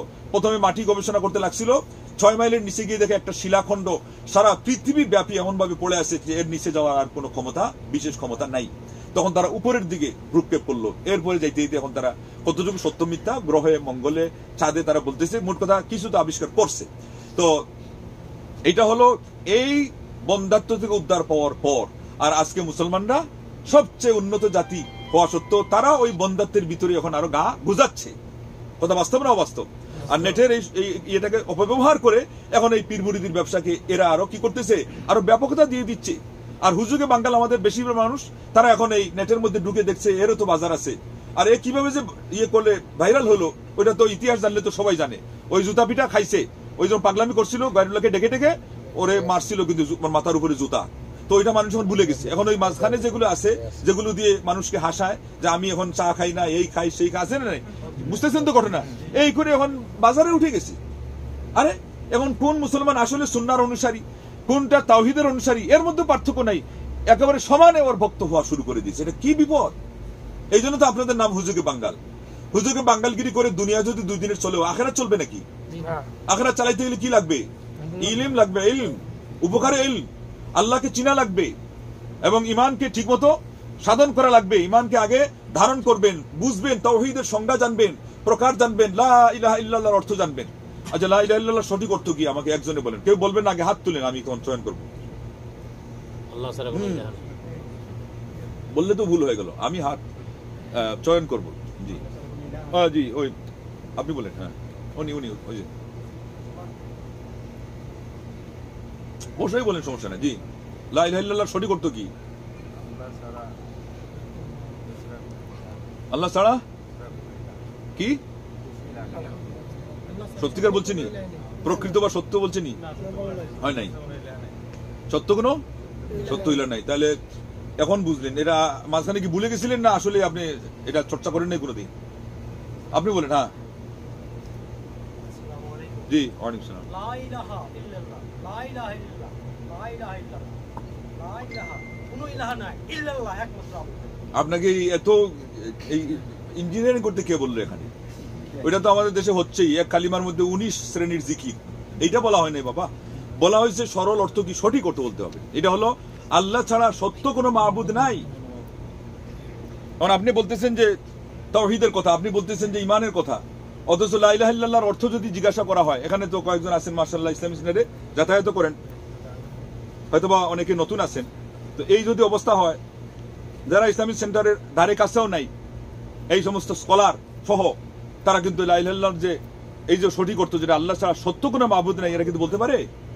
তো আমাদের ইসলামের মূল মন্ত্র কোনটা? পুরা দিনের মূল মন্ত্র কোনটা? কোরআনের, হাদিসের, জ্ঞানের মূল মন্ত্র, আমল, সালাত থেকে নিয়ে যাকাত, সাদকা, খায়রাত, এই সবগুলোর মূল মন্ত্রটা কোনটা? তো মূল মন্ত্র দিয়ে তো আপনার পরবর্তী পুঁজি দিয়ে তো আপনার ব্যবসা। তো এই কালিমার অর্থের মধ্যে যদি আমাদের এই ভুল থাকে, আমাদের পরবর্তী অবস্থা কি থাকবে? ভুলেই ভরা থাকবে। অথচ অর্থ জানার পরে তার রুকুন জানতে হবে, তার শর্ত জানতে হবে। শর্ত হলো 60টা শর্ত আছে। আরবিয়ানরা কবিতা গুচ্ছ দিয়ে বলছে, ইলমুন ইয়াকিনুন ইখলাসুন সিদকুকা মা মুহাব্বাতিন ওয়া ইনকিয়াদিন ওয়াল কবুল লাহা। আল্লাহু আকবার। ওয়াজিদা থামিনুহা ওয়াল কুফরানু বিমা বিমা বিমা সিওয়াল ইলাহি কদ উলিহা। লা ইলাহা ইল্লাল্লাহ।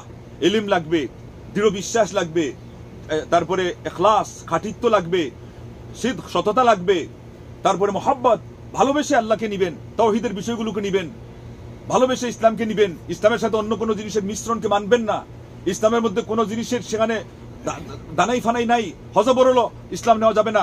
নেট এন্ড ক্লিন, স্বচ্ছ, সঠিক এবং যেটা হলো সুন্দর, যেটা হলো শুদ্ধ, এই ইসলামকে আপনি ধারণ করবেন তো এমন ভাবে ধারণ করবেন যে হাতে ধারণ করবেন, দাঁতে ধারণ করবেন, একেবারে জীবন দিয়ে ধারণ করবেন, মরে যাবেন তারপরেও ছাড়বেন না। এটার নাম হলো কালিমাকে সঠিকভাবে অনুধাবন করা। এরপরে তার দাবি সবগুলো গ্রহণ করা, সেগুলোকে মেনে নেওয়া।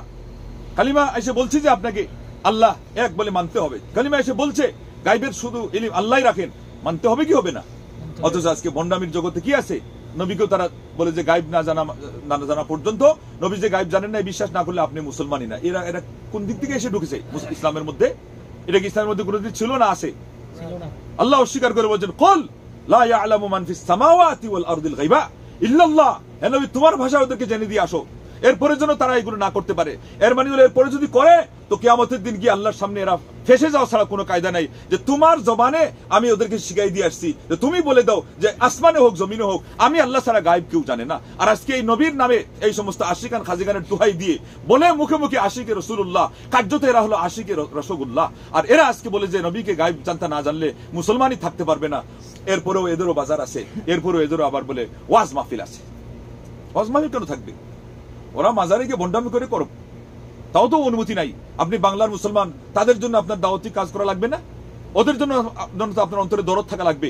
আমরা যে কথাগুলো বলতেছি আজকে আপনারা বাধ্যত দেখতেছেন যে একটু শক্ত কথা বলতেছি, এগুলো দরদের কথা, যে চোখের সামনে মানুষগুলো জাহান্নামে যাচ্ছে, নির্ঘাত জাহান্নামী হচ্ছে। অসংখ্য ওগুলোতে মানুষের টাকাও নিচ্ছে, আবার ইমানও নিচ্ছে।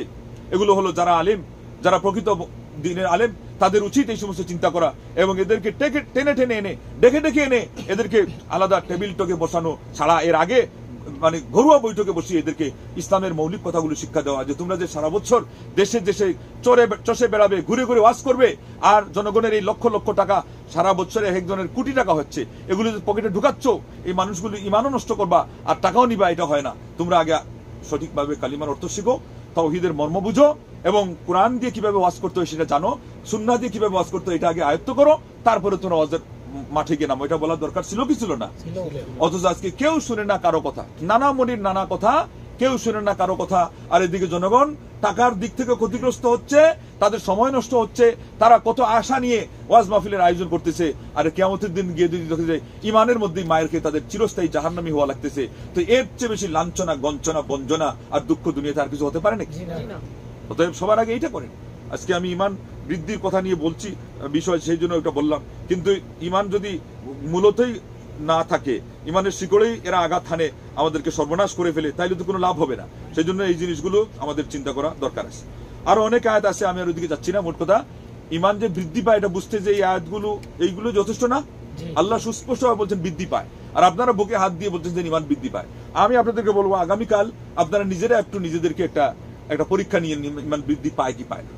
একটু ভালো করে ন্যায় ধুয়ে গোসল করে একটা ভালো কাপড় পরে কিছু সুগন্ধি ব্যবহার করে আপনি আগেভাগে মসজিদে আসেন শুক্রবার দিন, 2 রাকাত সালাত পড়েন অন্তত, যেটা বসতে গেলে লাগে। এরপরে আরো আল্লাহ যদি কিসমতে রাখেন পড়েন, কোরআন তিলাওয়াত করেন, কিছু দোয়া করেন, ইমাম সাহেব খুতবার জন্য আসার জন্য অপেক্ষা করেন। এরপরে খুতবায় আসলে আপনি যতটুকু বুঝেন না বুঝেন মনোযোগ দিয়ে শুনেন, তারপরে 2 রাকাত সালাত পড়েন। অন্য সময় জোরের সময় 4 রাকাত পড়ছেন, আজকে 2 রাকাতই পড়বেন। কিন্তু এই যে প্রস্তুতি নিয়ে আসছেন, মানসিক যে প্রস্তুতি, শারীরিক প্রস্তুতি, এটা পরিবেশ সুন্দর। আপনি জুমার সালাতটা পড়ার পরে নিজের বুকে হাত দিয়ে বলেন যে আপনি আজকের রাত্রে যেরকম ছিলেন কালকে জুমার সময় কি এইরকম না, তার চেয়ে একটু উন্নত মনে হয়। কি মনে হবে আপনার? রমজান মাসে শাওয়ালে যেরকম ছিলেন, রমজান মাসে তারাবি সহ রোজা রাখছেন, সাধনা করছেন, কোরআন তিলাওয়াত করছেন, নিজেকে একটু ইমানের দিক থেকে অগ্রসর মনে হয়েছিল না কিনা সমান মনে হয়েছিল? ব্যাস, এটা আপনি নিজেই সাক্ষী দিচ্ছেন যে ইমান কি হয়, ইমান বাড়ে। আলহামদুলিল্লাহ। ছোট্ট একটা কথা বলে দিই, ইমাম আবু হানিফা রাহমাতুল্লাহ একটা কথা দিয়ে মানুষ যে পেস লাগায়, এটার কিন্তু একটা মাত্র একটা পেস, এটা আসলে আলিমগণ বলছেন বড় কিছু না। ইমাম সাহেব এটা বলেছেন যে যেই জিনিসের উপর ইমান আনতে হয় ওইটার মধ্যে বাড়া কমা নাই। ওটা তো বাস্তব কথা। আল্লাহর উপর যে ইমান আনবো, আল্লাহর মধ্যে কি বাড়া কমার কিছু আছে নাকি? ওইটাকে আরবিতে বলে আল মুমিন বিহ, যার উপরে ইমান আনতে হয়। আলিমগণ গবেষণা করে শেষ কথা গভীর থেকে এটা বের করেছেন যে ইমাম সাহেবের মতে যেই জিনিসগুলোর উপরে ইমান আনতে হয়, আখিরাতের উপর ইমান আনা, ফেরেশতাদের উপর ইমান আনা, উনি ওইটার দিক দৃষ্টিকোণ থেকে বলছেন যে এটা বাড়েও না কমেও না। কিন্তু হুবু যে ইমান যেটা, এটা কিন্তু বাড়া কমার মধ্যে ওনার কোনো আপত্তি নাই। অতএব ওনার মত কি হয়ে গেল সকল আহলুস সুন্নাহ ওয়াল জামাতের ইমামদের মতো, যে ইমান বাড়ে এবং কমে। আর আপনি আপনার মনকেই যখন জিজ্ঞাসা করছেন, আর সবচেয়ে বড় কথা হলো আল্লাহর কালাম তো সুস্পষ্ট আপনাকে আমি শুনাইলাম যে আল্লাহ বারবার বলছেন যে ইমান বাড়ে এবং কমে। আর কি আমাদের সন্দেহ থাকে নাকি? আচ্ছা, বুখারী সহ অন্যান্য হাদিসে কি আপনারা কোনোদিন এটা শুনেন নাই যে ইমানের শাখা প্রশাখা 70-এর ঊর্ধ্বে? কিসের শাখা এটা? ইসলামের না ইমানের? আল ঈমানু বিদন ওয়া সাবউনা শুবা, এটা কিসের শাখা প্রশাখা? বলছেন যে ইমান হলো 70-এর ঊর্ধ্বে শাখা। তো 70 পর্যন্ত যাইতে যাইতে এটা কি বাড়তেছে না কমতেছে? এটা তো সংখ্যা, ডিজিটালের যুগের মানুষ না আমরা, সংখ্যা দিয়ে ডিজিটাল হয়। তো এই যে 70, তাও 70-এর ঊর্ধ্বে, তো এরপরেও আপনি বললেন যে ইমান বাড়বে না। এরপর আল্লাহ নবী সাল্লাল্লাহু আলাইহি ওয়াসাল্লাম উদাহরণ দিয়ে বলে দিলেন যে তার সর্বোত্তমটা হলো লা ইলাহা ইল্লাল্লাহ, ওই যে বললাম মূল মন্ত্র। আর সর্বশ্রেষ্ঠটা কোনটা? ইমাতাতুল আযা আনিত তরিক, রাস্তা থেকে কোনো কষ্টদায়ক বস্তু সরানো। আল্লাহর নবী সাল্লাল্লাহু আলাইহি ওয়াসাল্লাম বললেন এটাও ঈমান।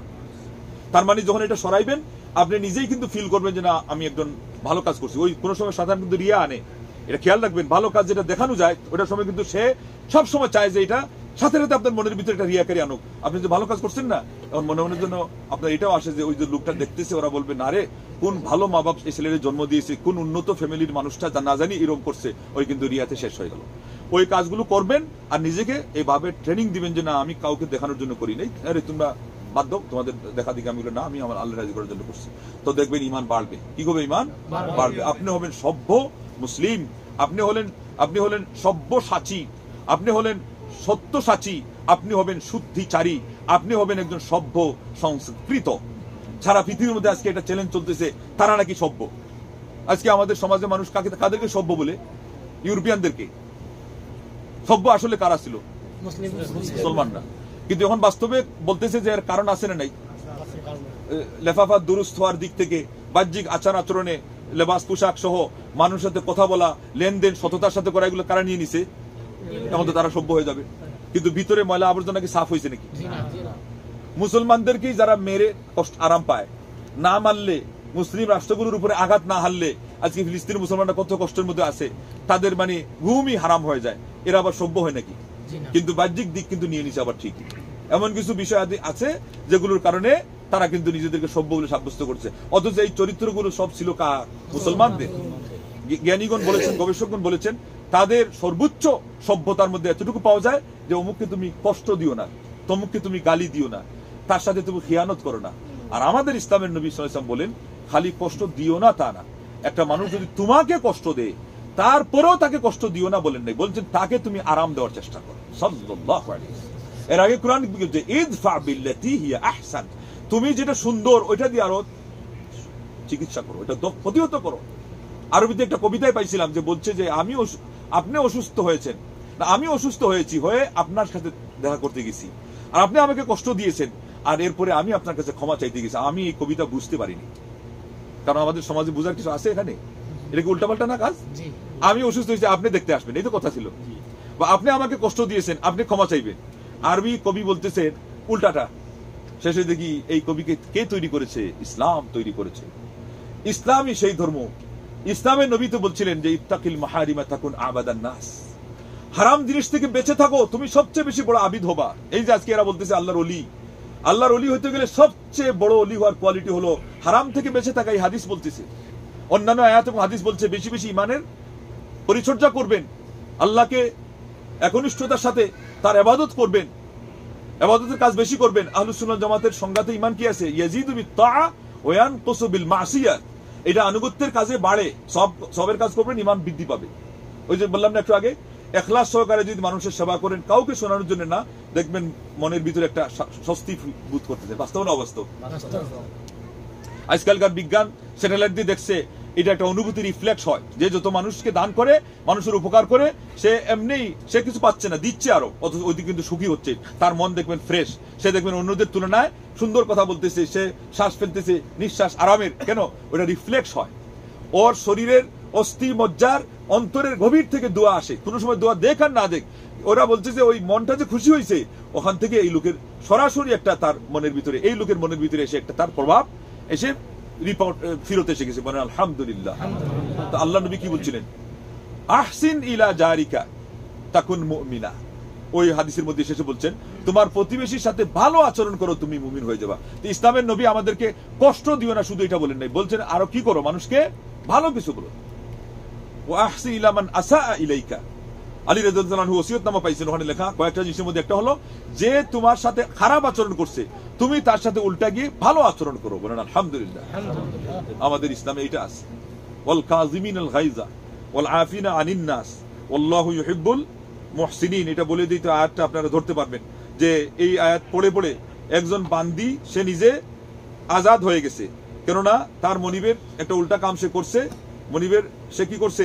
একটা ক্ষতি করিয়া লাইছে, ক্ষতি করার কারণে বড় একটা ক্ষতি করছে, তারপরে এখন তো তার অ্যাকশন নেওয়া হবে। সেই সব বুদ্ধি আসছে, বলছে যে একটা আয়াত আমি পড়বো, মাপ তো উনি আমারে করবেন, আমার আরো পুরস্কার দিয়ে ছাড়তে হবে। সেই আয়াত পড়ছে বান্দি। দেখেন ওই সময়কার কাজের মেনা বান্দি, বাস্তবেই বান্দি, তারও এই বিদ্যা ছিল। সূরা আল ইমরানের 134 নম্বর আয়াত বলছে, যারা রাগকে হজম করে ফেলে, তখন উনি রেগেছিলেন, ডাক দিয়ে আনছেন তার পানিশমেন্ট করার জন্য। আচ্ছা ঠিক আছে, রাগ হজম করলাম, তুমি এখন কি বলতে চাও? সে তখন বলছে ওয়াল আফিনা আনিন নাস, এবং যারা মানুষকে ক্ষমা করে। উনি বললেন আচ্ছা যাও, তোমাকে আমি ক্ষমা করে দিলাম। তারপরে উনি হয়তো জানেন না, আয়াত জানেন না, কিন্তু বান্দির আয়াত মুখস্থ আছে, বলছে ওয়াল্লাহু ইউহিব্বুল মুহসিনিন, যারা মানুষের সাথে ভালো আচরণ করে আল্লাহ তাদেরকে ভালোবাসে। বলছে যাও, তোমাকে আমি আজাদ মানে স্বাধীন করে দিলাম। করছে অন্যায়, ঘোষণা শুনছে কিসের? স্বাধীনতার। এই চরিত্র শিক্ষা দিছে কে? মহাগ্রন্থ আল কোরআন। এটা কি কোরআনকে এইভাবে আমরা কোনোদিন ভাবছি? কোরআন থেকে এরকম কোনো ইলম নিয়েছি? তো এগুলো অনুবাদ আজকে পড়া লাগবে কি লাগবে না? এখন তো দায়িত্ব আরো বাড়ে গেল নাকি? এইভাবে যদি বক্তারা যদি ওয়াজ করতো, এইভাবে যদি আজকে আমাদেরকে গঠনমূলকভাবে তারা কিছু শিখাইতো যে আপনারা কোরআন থেকে এরকম কিছু বিদ্যা নেন, আপনারা হাদিস থেকে এরকম কিছু দোয়া কালাম শিখেন, তাহলে পরে আর যে সিলসিলার দোয়া আর অমুক সাহেবের বয়াত করা, পাগড়ি লম্বা করে দিল আর একেবারে সাইড তরিকাকে এক করে দিয়ে তৌবা আর বয়াতকে একসাথে করে যে বিনা পুঁজির ব্যবসার বাজার আজকে যেভাবে চালাচ্ছে, এরকম কি করতে পারতো? আর মানুষকে এরকম মূর্খ থাকতে হইতো? অথচ আজকে আমাদের লোকজন জানেই না। মূর্খ অবস্থায় সে নিজে কিভাবে তৌবা করবে? বলে যে হুজুরকে ডাকেন, বলে কি বলে না? আর পীর যদি হয়ে থাকে তাহলে তো পীর হাজির না হলে সে যেন মরবেই না, এমন অবস্থা।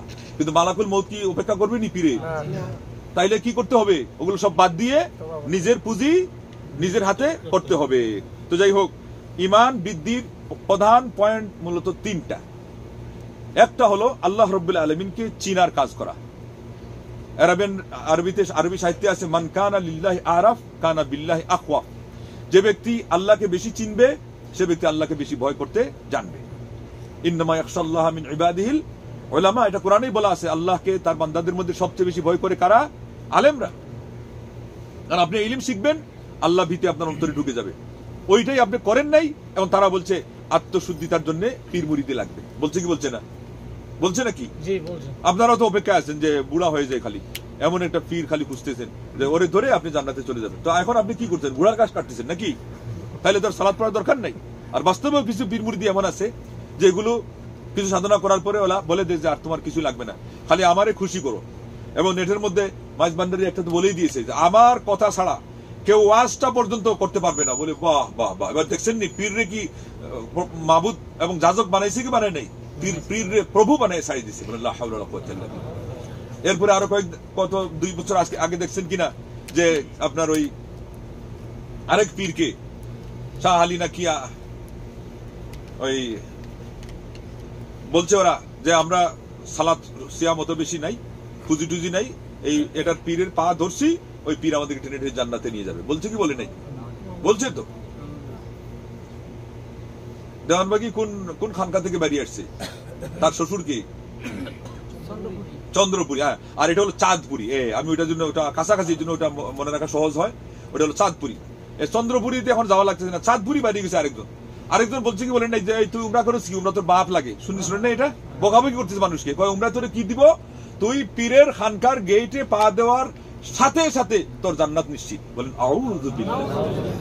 এইরকম দাজ্জালি যেই দেশে চলে, এখন পর্যন্ত আপনারা যদি এইভাবে ঘুমিয়ে থাকেন, ইমান বাঁচাইতে পারবেন নি? আমাকে বলেন, বুকে হাত দিয়ে বলেন। নিজের সন্তানের ইমান বাঁচানোর কোন পরিবেশ রেখে যেতে পারবেন নাকি? না, নির্ঘাত জাহান্নামী পরিবেশ তারা বানিয়ে ফেলতেছে। সাবধান হয়ে যান, সতর্ক হয়ে যান। তাহলে ইমান আনার জন্য, ইমান বৃদ্ধির জন্য প্রধানত 3টা পয়েন্ট। 1 নম্বর হলো আল্লাহ রাব্বুল আলামিনকে চিনতে শুরু করেন।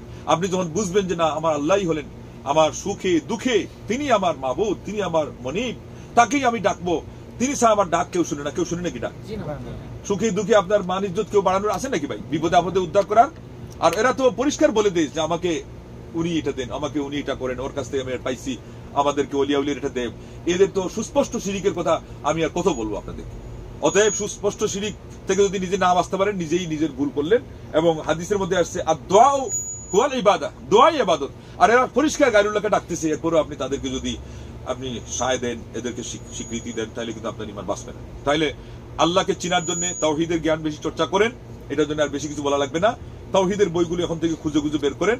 আর 2 নম্বর পয়েন্ট হলো আল্লাহ রাব্বুল আলামিনের যত সৃষ্টিকুল আছে এগুলোর মধ্যে আপনি চিন্তা নিবদ্ধ করেন। তাআম্মাল ফি সুতুরিল কায়নাতি ফাইন্নাহা মিনাল মালাইল আ'লা ইলাইকা রাসাইলু ওয়া কাদ খাত্তা লাহা লাউ তাআম্মালতা খাত্তাহা আলা কুল্লি মা খালাল্লাহা বাতিলু মা বালাগাল মুহদুন লাকা মাদহাতান ওয়া ইন আতনাবু ইন্নাল্লাযী ফীকা আযামু লাকাল হামদু কুল্লাল হামদি লা মাবদালাহু ওয়া লা মুনতাহা ওয়াল্লাহু বিল হামদি আ'লামু। আসমানের দিকে দেখেন, জমিনের দিকে দেখেন, আপনার নিজের শরীরের দিকে। ওফিল আরদি আয়াতুন লিল মুকিনিন ওফি আনফুসিকুম আফালা তুবসিরুন। সূরা জারিয়াতের 20 নম্বর 21 নম্বর আয়াতে দেখেন আল্লাহ বলছেন যে এই জমিনের মধ্যে আমার নিদর্শন আছে। তোমাদের নিজেদের ব্যক্তি সত্তার মধ্যে আমাকে চিনার কত কত নিদর্শন আছে না নাই?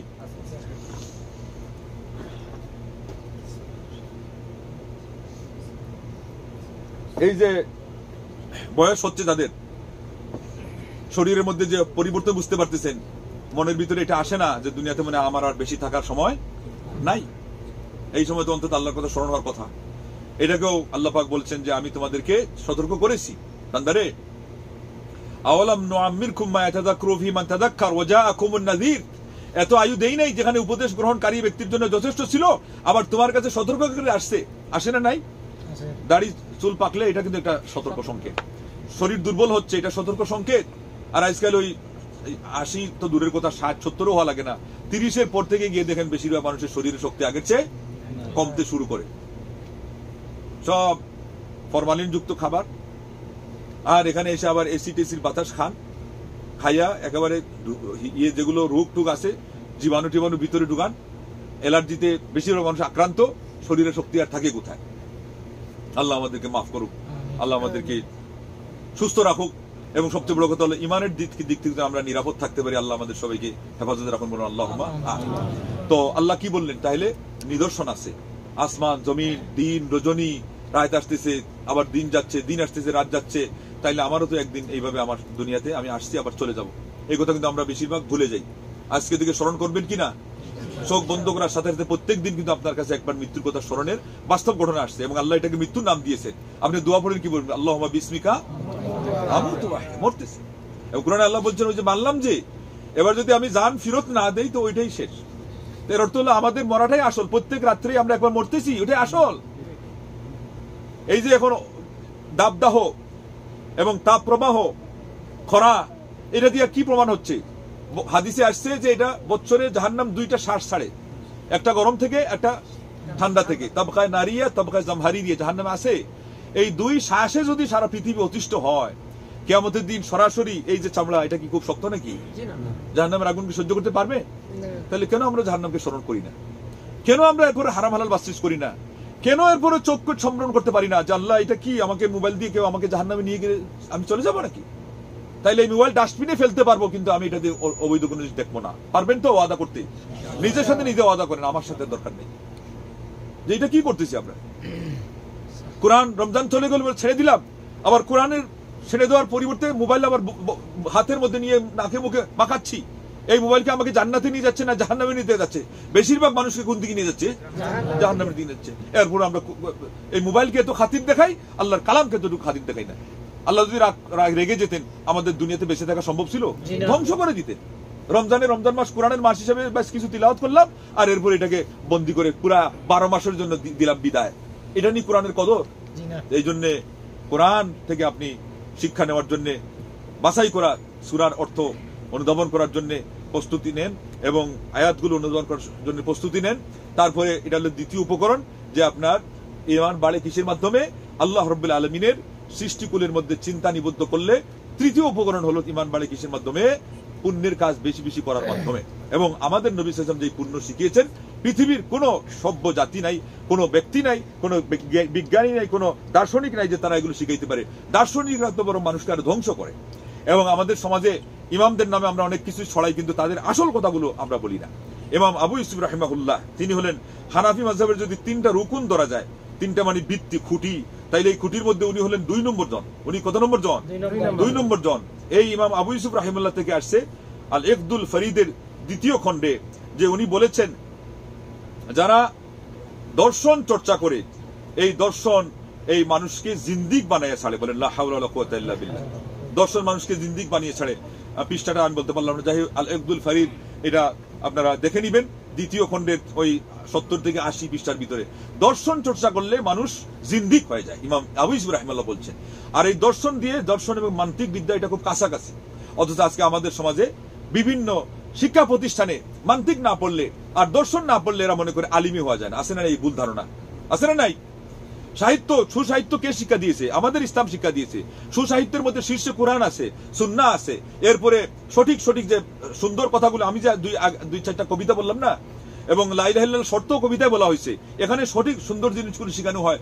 সুকুমার বৃত্তি সেখান থেকে আপনার তৈরি হয়। আজকে আমাদের সুসাহিত্য চর্চার কথা নাই। আছে কোনটা? সাবে মুআল্লাকাত, ইমরাউল কায়েস, জাহিলি যুগের একটা নোংরা কবির কবিতা, যেগুলি মানুষকে মানে অবৈধ কাজের সুরসুরানি যোগায়। তাইলে কওমি মাছার মধ্যে যে পাপ হয় অনেক সময়, আজগুবি পাপ, এগুলো কেন হয়? সাহিত্য চর্চা করতে গেছেন আপনি নোংরা সাহিত্য।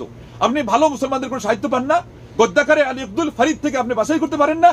পদ্মাকারে শেষের যুগের আহমদ শৌকি, তাকে বলা হয় অনেক সময় পুরাতন যুগের মুতানাব্বি, ওই সমানের একজন কবি ছিলেন। আল্লাহু আকবার। যিনি বলেছেন কুম লিল মুআল্লিমি ওয়া আযমি তাবজিলা কাদাল মুআল্লিমু আন ইয়াকুনা রাসূলা আরাআইতা আফদালা ওয়া আশরাফা মিনাল্লাযী ইয়াবনি ওয়া ইউনশিউ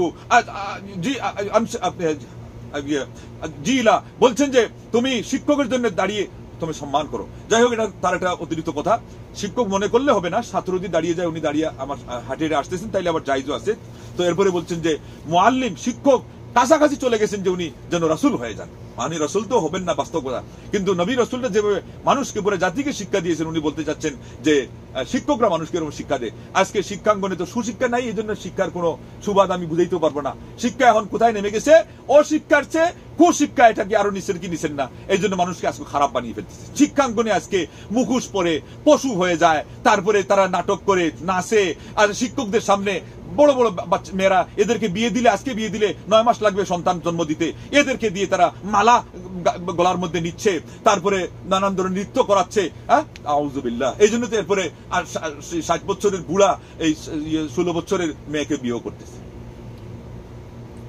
খলস থেকে পালিয়ে চলে যাচ্ছে।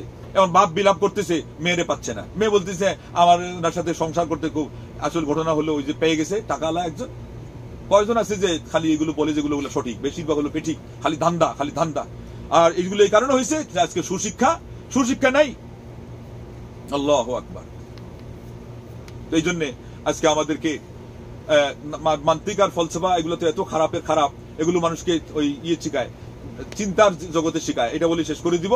একবার মাদ্রাসা থেকে ছেলে মান্তিক শিখে গেছে, বাপ বলছে বাবা কি শিখে আসছে, বলে যে মান্তিক সবচেয়ে ইন্টারেস্টিং সাবজেক্ট হলো মান্তিক বিদ্যা। বলে এটার উদাহরণ আমাকে দিয়ে বুঝা, আমি তো আর শিক্ষিত মানুষ না। বলছে যে ধরে নাও যে দুইটা ডিম যদি থাকে, আর ডিম যদি একটা থাকে তো ওইটাকে আমি দুইটা বানাই ফেলবো। বলে কিভাবে? বলে মান্তিকের মধ্যে একটা হলো তাসাউর আর তাসদিক। বলে এটা কি? তাসদিক হলো বাস্তবেরটা আর তাসাউর হলো ধারণারটা। বলে এইভাবে তুমি দুইটা করছো। বলে ধারণাটা কোনটা? বলে ধারণাটা হলো যেটা নাই, আর বাস্তব কোনটা? বলে যেটা আছে। বাপ বলছে বুঝে গেছি, ওই বাস্তবটা আমি নিয়ে নেই, আর তুমি ধারণার ডিম খাইয়া তুমি আমের সালা চাবাও। আরেকভাবে দর্শন শিখে আসছে অনেক ইউরোপ থেকে, বলছে যে বাবা আমি দর্শন ডক্টর করে আসছি, ডক্টরেট। বলে দর্শনের বিদ্যা কি? ওইটা বলছিল, সে দুইটা মুরগির কথা উদাহরণ দিয়ে বলছে যে দর্শনের মানে হলো একটা অবাস্তব জিনিসকে আমি যুক্তি দিয়ে খাড়া করে এটা সেটা তালগুল পাকাইয়া আপনাকে বুঝ দিয়ে দিব, এটা বাস্তবতার দরকার নেই। বাবা বলছে ওইটার দরকার নেই, আমার যে মুরগি খাওয়া মানুষ ছিলাম ওই মুরগি খাই, তোরে যে ডক্টরের শিক্ষা দিয়েছি এত টাকা পয়সা নষ্ট করে, তুই ওই চিন্তার জগতের মুরগি খাইয়া তুই বাঁচলে বাঁচ, নাইলে মরলে মর, পারলে আবার ইউরোপ গিয়ে ওখানে গিয়ে মর, তোর মতো ডক্টরের ছেলের দরকার নেই। এই হলো দর্শন বিদ্যা আর মান্তিক বিদ্যার অবস্থা। অথচ হুজুর এদিকে কয় ডাল খাচ্ছি, নিরামিষ খাচ্ছি, খুব কষ্ট করে ইলিম শিখতেছি, আর সিলেবাসের মধ্যে মান্তিক ঢুকে হাত দিয়ে রাখছে। চরিত্র ভালো হবে কেমন? ধোঁকাবাজি তো শিখবে। জাকাত ফরজ হয়েছে, বছর পুরা হয়ে যাচ্ছে, জাকাত ফরজ হয়ে যাবে, কয় যে কিছু টাকা মানুষকে ঋণ দিয়ে দেন, ওই যে মান্তিকের ধোঁকাবাজি শিখছে। এটা হলো হিলা বাহানা। এটার জন্য ইমাম বুখারী রাহিমাহুল্লাহ কঠিন ভাবে আঘাত হানছেন যে বাহানা মার্কা ধর্ম কেন ইসলামে আসবে। তো যাই হোক, শিক্ষাঙ্গনে যেখানে আপনি আল্লাহকে আরো কিভাবে ভয় করা যায় সেটা শিখবেন, এখানে এইভাবে সিলেবাস গঠনের ক্ষেত্রে প্রণয়নের ক্ষেত্রে ভুল করার কারণে আমরা মরে আসি সেই জায়গাতেই, উল্টা এগুলোতে হয় না। এখন আবার আরেকটা ট্রান্সজেন্ডার ঢুকাই রাখছে, শরীফ আর কবতের ঘটনা ভান্দায় রাখছে, কয় যে এটার মধ্যে কোনো সমস্যা নাই। আরেকটা ভণ্ড কয় এটার মধ্যে কোনো সমস্যা নাই। এই সেই ভণ্ড, মনে রেখেন, জাতিকে ধোঁকা দেয় নাই তৌহিদের আলিমরা, জাতিকে ধোঁকা দিয়েছে এই যে ফির মুরিদের ভণ্ডরা। এই জন্য সে বলছিল সে যদি গদিতে যায় তাহলে আজানের দোয়ার মধ্যে অরজুকনা শাফাআতাহু ইয়াউমাল কিয়ামা আর ওয়াদারাজাতার রাফিয়া সে ঢুকাবে। সে এইটার চেয়ে আগে শরীফারে ঢুকাই দিয়েছে। তার নাম কি? কফিলউদ্দিন সালেহী। এদেরকে আলিম ভাবলে জাতির অবস্থা ঠিক থাকবে, জাতি রসাত হয়ে যাবে। এই জন্য সময় এখন কঠিন। হে মুসলিম, হুঁশিয়ার। তাওহীদ যেখান থেকে পাচ্ছেন এটাকে অমূল্য রত্ন মনে করে এটা দাম দিবেন, এবং সুন্নতি আমল, দোয়া, জিকির এখান থেকে যেগুলো শিখতেছেন, এই হিসনুল মুসলিম বইটা দেশে থাকলে আপনি 80 বছরে আই পাইলে হিসনুল মুসলিমের সন্ধান পাইতেন। এখন হয়তো বিতরণ হচ্ছে, পাচ্ছেন। মোট কথা এটা উদ্দেশ্য তো এটা না, উদ্দেশ্য হলো ওই লাইনে থাকলে কেউ তো এই দেশে থেকেও আমি শুনেছি এখন পর্যন্ত ইসলামিক সেন্টার এগুলো তার হজম হয় না, এগুলো শুনলে তার সহ্য হয় না। তো এরা তাওহীদ পাবে কেমনে? তাওহীদের আগাগোড়াই তো এখান থেকে। আমাদের দেশে তো এটা নাই, সিলেবাসে নাই। আমি আপনাকে সামান্য উদাহরণ দিয়ে বুঝাই দিলাম। যেগুলো আকীদার চর্চা হয়, আল্লাহ আরশে না, সর্বত্র বিরাজমানের আকীদা, অথবা মুমিনের কলবে, তাইলে আপনি টাইটেল পাস করে লাভ হইল কি? বুখারী বছর 50 বছর পড়ে নয়, পড়াই আপনি শিখলেনটা কি? অতএব আসুন, আপনি এখানে অনেক সহজে আসছেন 2 পয়সা ইনকাম করতে, কিন্তু পেয়ে যাচ্ছেন জান্নাতের স্বর্গীয় সুধার সন্ধান। এবারে ইসলামের যেই স্বচ্ছ সুদর্শিনী, যেখান থেকে উচ্চারিত তথ্য পাঠ্যগুলো আপনাকে মহান রব্বুল আলামিনের সঠিক সন্ধান জানিয়ে দিবে, যেই পথ আপনি অবলম্বন করলে আপনি কিভাবে জান্নাতুল ফিরদৌস পর্যন্ত পৌঁছতে পারেন, সেই পথ এরা আপনাকে দেখিয়ে দিবে। এটার মূল্য দিবেন কি দিবেন না? আজ থেকে সুন্নি মুসলিম, সুন্নি খুশ নসিব কো বাগ ও বাহার হয়, আর বেদাতি বদনসিব কো জাহান্নাম কি মার হয়। এখানে যে কথাগুলো বলা হয়, একটা কথা আপনাকে যদি রেফারেন্স ছাড়া বলে আপনি কান কেটে দিন, আর ভুল মানুষের মধ্যে হয়ে যেতে পারে, ওটা তো তারা সাট করার জন্য বস্তু। আর আমাদের ওখানে কথার ভিত্তি হলো ওই এটা সিলসিলা, এটা অমুকের তরিকা, বাস্তব কি বাস্তব, এটা হলো খাদিরিয়া, এটা চিশতিয়া, একটা নকশবন্দি, এগুলো কোনটা থেকে ইসলাম হয়ে গেল? ইমাম আবু হানিফা রাহিমাহুল্লাহ কি বলছিলেন যে আমার পুরা মাযহাবটা ইসলাম? আমাদের একদল তো হানাফি মাযহাবকে এমন দিন বানাইছে যে হানাফি মাযহাবের বাইরে একটা টু শব্দ করতে। তো উনি কি ধর্ম নিয়ে আসছিলেন নাকি? উনি একটা স্কুল অফ থট উনি সূচনা করেছিলেন, আর ওইটাতে কত মানে শিষ্য ছিলেন, আরো কত। ওই যে একজন শুনলেন আবু ইউসুফ রাহিমাহুল্লাহ, ওনার কথাই তো অনেকটা আমরা নেই। যাই হোক, উনিও বলছেন, ইমাম শাফিও বলছেন যে দ্বীনের যারা গভীর জ্ঞানের অধিকারী ফকিহ তারাই আল্লাহর ওলি। এই কথাটা আপনারা কি নিয়েছেন ওনার কাছ থেকে? এবং উনি যে বলছেন যে আল্লাহ আসমানে যদি কেউ না মানে সে মুসলমান না, এটা কি নিয়েছেন? আর যদি বলে যে আরশ, ঠিক আছে আল্লাহ আরশের উপরে, কিন্তু আরশ উপরে কি নিচে আমি জানি না, ও কাফির, এটা কি শুনছেন বলে দিন? তো এইগুলো নেন না কেন? উনি বলছেন আমার আল্লাহর হাত আছে, আমাদের হাতের মতো না। হাতের অর্থ কেউ কুদরত করতে পারবে না, হাতের তো নিয়ামত করতে পারবেন না। উনি বলছেন হাত এবং চেহারা, চক্ষু যেইভাবে আসছে আল ফিকুল আকবর খুলে দেখেন না কেন, এটা অনুবাদ আমাদের ডক্টর মারহুম আব্দুল্লাহ জাহাঙ্গীর রাহিমাহুল্লাহ করে গেছেন। ইমাম আবু হানিফার কথা আজকে আমাদেরকে সেখান থেকেও মাহরুম করা হচ্ছে, তাইলে নিয়ে যাচ্ছে এরা কোথায়? তো সেই জন্য আসুন, ইমান যে বৃদ্ধি পায় এই কথা বলতে গিয়ে আজকে ইমানের শেকড়ের কথা আমাকে বলতে হলো এই জন্য যে বৃদ্ধি তো পরে হবে, আগে তো আপনার ফাউন্ডেশন লাগবে। আর বৃদ্ধির কথা তো কোরআন থেকে শুনে গেছেন। আমার আল্লাহর একটা আয়াতই যথেষ্ট ছিল, আমি আপনাদেরকে 3, 4, 5টা আয়াত শুনিয়েছি। আলহামদুলিল্লাহ, আমি মনে করি যে ইমান বৃদ্ধির জন্য যে শেষে প্রধান 3টা পয়েন্ট বললাম, এগুলো সবসময় মনে রাখবেন যে ইমান বৃদ্ধি করলে উনি বলেছেন যে 3টা জিনিস লাগবে। এটা হলো আল্লাহকে চিনতে হবে। চিনাটাও ওই যে আমাদের হাবিজাবি গল্প বানায়া সানায় বলে না, নবী নামে দেখছে না গল্প বানায় বলতেছে, কই যে 70,000 বছর চেহারা তারকা দেখছে জিবরিল, আরো 70,000 বছর দেখে নাই, এরকম ঘটনা ঘটছে 72,000 বছর। এটা কি নবীর নামে মিথ্যা বানোয়াট হাদিস কি হাদিস না? এরপরে নবী সৃষ্টি না হলে দুনিয়া সৃষ্টি হইতে না, মিথ্যা কি মিথ্যা না? আদম রূপে আমায় তুমি সর্বপ্রথম বানাইয়া, তোমার নামের সাথে কাহার নামটি জড়িলা, আকাশ থেকে আওয়াজ আসে মোহাম্মদ রে জড়িত, যাহার সৃষ্টি না হইলে জাহান সৃষ্টি না হইতো। এরপরে কি আল্লাহুম্মা, এই তো মিলাদের জন্য এটা আসছে, এটা তো ইসলাম না। তুমি তোমার মিলাদ জমাইছো এটা দিয়ে, আর এখানে এসে বলছো এটা ইসলাম। এইভাবে করে আল্লাহর নামেও কত মিথ্যা কাহিনী বানাই রেখে দিয়েছে। আবার ভালো ভালো যারা ওয়াজ করে, এদেরও একজন দেখলাম আজকে ওয়াজ করতেছে, বাচ্চা নাকি মায়ের পেটে প্রথম 4 মাস আল্লাহর প্রশংসা করে, পরের 4 মাস নবীর উপর দুরূদ পড়ে, এরপরে 4 মাস মার জন্য দোয়া করে। বাবা, এটা তুমি পাইছো কোথায়? আর একটা হাদিস খালি পড়ে, হাদিস পড়ে আরিফ বিন হাবিব কালকে শুনলাম বলতেছে নাসিরুদ্দিন আলবানী রাহিমাহুল্লাহ কিছু হাদিসকে ইমাম তিরমিজি সঠিক বলেছেন, আমি বুঝলাম না উনি কেমনে বেঠিক বলে। আমি বললাম আস্তাগফিরুল্লাহ, সর্বনাশ করে দিয়েছে। কারণ হাদিস যদি তুতাবাকির মতো মুখস্থ করে, সে মুহাদ্দিসের কদর তো বুঝবে না, হাদিস শাস্ত্রের কদর বুঝবে না। ইমাম আলবানী হাদিসকে সহিহ কেন বলছেন, জয়ীফ কেন বলছেন তুমি বুঝতেছো না। তা তুমি ইমাম আলবানীর মর্মই বুঝো নাই, আবার মাঝে মাঝে তুমি আল জামি ও সহিহ থেকে রেফারেন্স দিয়ে হাদিসটাও বলো। এগুলো তুতাবাকির ধর্ম আমাদের সমাজের লোকজন বলতেছে। আরিফ বিন হাবিবের মতো যদি এইরকম একটা ট্যালেন্ট মানুষ এতটা হাদিস মুখস্থ করার পরে সে এই মন্তব্য করে, আপনি কাছ থেকে কি আশা করছেন যে আপনি ইলম পাবেন বলেন? আপনি শেখ বিন বাজ বলেছেন যে আল্লাহর আসমানের নিচে জমিনের উপরে ইমাম আলবানীর মতো এত বড় মুহাদ্দিস নাই। হাদিসের যদি মর্ম না বুঝে, আমার নবীর হাদিসের কদর, ইলমে হাদিসের কদর না বুঝে, এরা ইলম পাবে কোনোদিন? আর তাফসিরের যদি সঠিক নিয়ম মানুষ না জানে, যে কোরআনের তাফসির বলতে গেলে মন গড়া কথা বলা যাবে না, আপনি কি পাবেন আমাকে বলেন? আমাদের ধর্মের মূল মন্ত্রই তো কোরআন এবং সুন্নাহ। তো সেই জন্য আসুন, যার তার ওয়াজ কি শোনা যাবে? কি বুঝলেন এখন থেকে? যার তার ওয়াজ শোনা যাবে না, বাছাই করে ওয়াজ শুনবেন।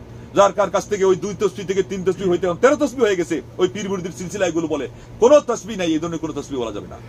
তসবিহ পড়তে হবে যেগুলো নবী সাল্লাল্লাহু আলাইহি ওয়াসাল্লাম সুন্নাহ অনুযায়ী আসছে।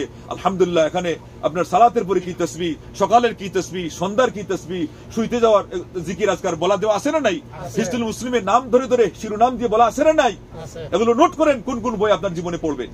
কোরআনের অনুবাদ কিছু জানা লাগবে, হাদিস কয়েকটা বাছাই করে হাদিসের অনুবাদ জানা লাগবে, কিছু দোয়া জিকির মুখস্থ করা লাগবে, আকীদার মৌলিক কথাগুলো জানা লাগবে, সুন্নাহ ভিত্তিক আমল জানা লাগবে, এবং এই অনুযায়ী নিজের সমাজ এবং পরিবারকে চালানো লাগবে। যাকে আল্লাহ যতটুকু সামর্থ্য দিয়েছেন, এই সামর্থ্য অনুযায়ী আমরা আজকে থেকে আমার জীবনটার যতটুকু সময় আছে, অর্থ আছে, মেধা আছে, শক্তি আছে, আমি এটাকে আল্লাহর দ্বীনের খেদমতের জন্য নিয়োজিত করব। তো ওয়াদা ওয়াদা ওয়াদা। আল্লাহ তুমি কবুল করো। আমাদের এখানে পীর মুরিদি নাই, আমাদের এটাই যে আমরা আল্লাহ এবং আল্লাহ রাসূল সাল্লাল্লাহু আলাইহি ওয়াসাল্লামের দিকে মানুষকে আহ্বান করি। আর এটা বলে শেষ করে দিবি না, শেষের শেষ দেখেন তারাও বলতেছে আল্লাহর ওলি হওয়ার এটা পরিচয়, সিরাতুল মুস্তাকিমের এটা পরিচয়। একজন বলছে সিরাতুল মুস্তাকিমের ডেফিনেশন বলে গাট্টিওয়ালা জামাত আর খানকা আর কওমি মাদ্রাসা। বলেন যাবেন কোথায়? লা হাওলা ওয়ালা কুওয়াতা ইল্লা বিল্লাহ। প্রত্যেক রাকাতে আপনি বলছেন সিরাতুল মুস্তাকিম, মানে এটা সারা পৃথিবীর মুসলমান এক হয়ে যাবে। বলেন কওমি আলা মাদ্রাসায় কি সবাই এক হতে পারবে? আলী আল্লাহরা যাবে কোথায়? তাহলে জান্নাতে যাবে না জাহান্নামে যাবে? এইটাই তো আপনি বুঝতে পারতেছেন। তো এই জন্য কত আমাদের আলিমরা বিভ্রান্তি ছড়াচ্ছে। আর এই মৌলবী এই কথাটা বলছে 70 বছরের 72 কাহিনী। আর এটা দিয়ে এখন ওই কাদিরিটা দলিল নিচ্ছে যে কওমি ঘরানার একজন আলিম তিনিও বলছেন যে আল্লাহ নবীকে উনি, অথচ এটা মিথ্যা কথা। আর আল্লাহ নবী তো নবী ছিলেন লিখিত সাব্যস্ত। আমি যে আজকে এখানে ওয়াজ করবো, এটা কি লিখিত ছিল না? আসমান জমির সৃষ্টির কত বছর আগে?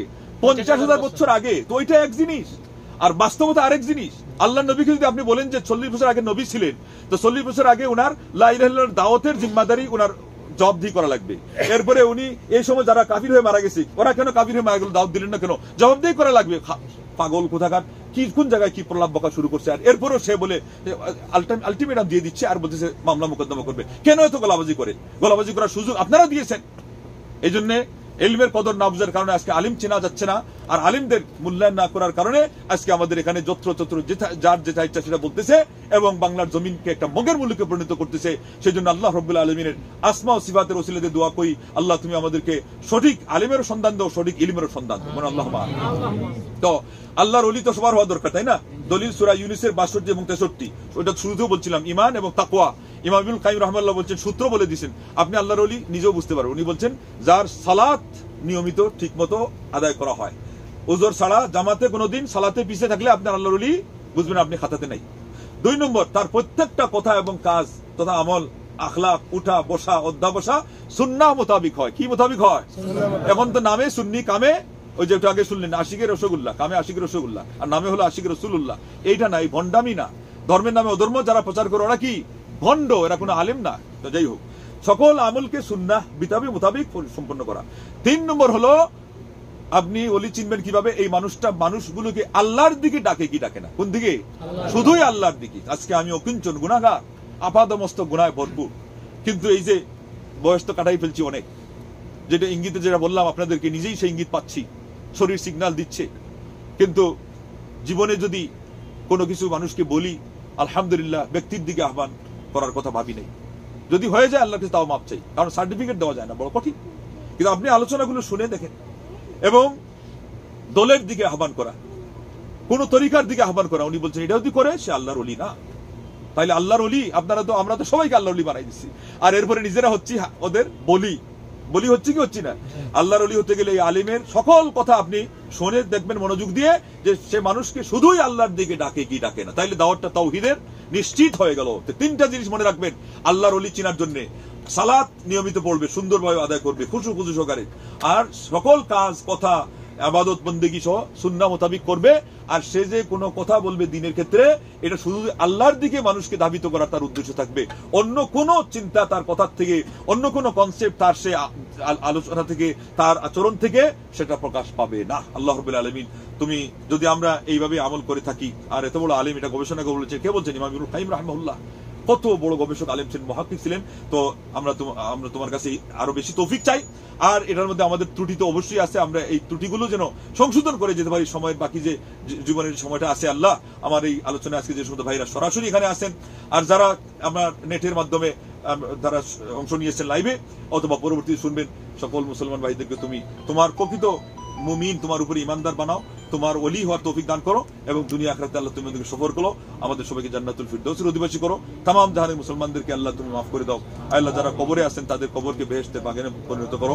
আর আল্লাহ যারা বেঁচে আছে আমাদেরকে ইমান ইসলামের উপর রাখো, যেদিন আমাদেরকে দুনিয়া থেকে নাও ইমানের সাথে নাও, এবং ফিলিস্তিনের মুসলমান সহ যারা নির্যাতিত নিষ্পেষিত, আল্লাহ এদেরকে তুমি সাহায্য করো। আর তুমি সঠিক ইসলাম যেটা, এটাকে আরো বেশি আমরা আরো প্রচার করতে পারি। আমার যারা সঠিক ইসলামের প্রচারক যারা, আল্লাহ এদেরকে তুমি আরো শক্তি বাড়িয়ে দাও। আমিন। ওয়া আখিরু দাওয়ানা আলহামদুলিল্লাহি রাব্বিল আলামিন। আসসালামু আলাইকুম ওয়া রাহমাতুল্লাহি ওয়া বারাকাতুহু।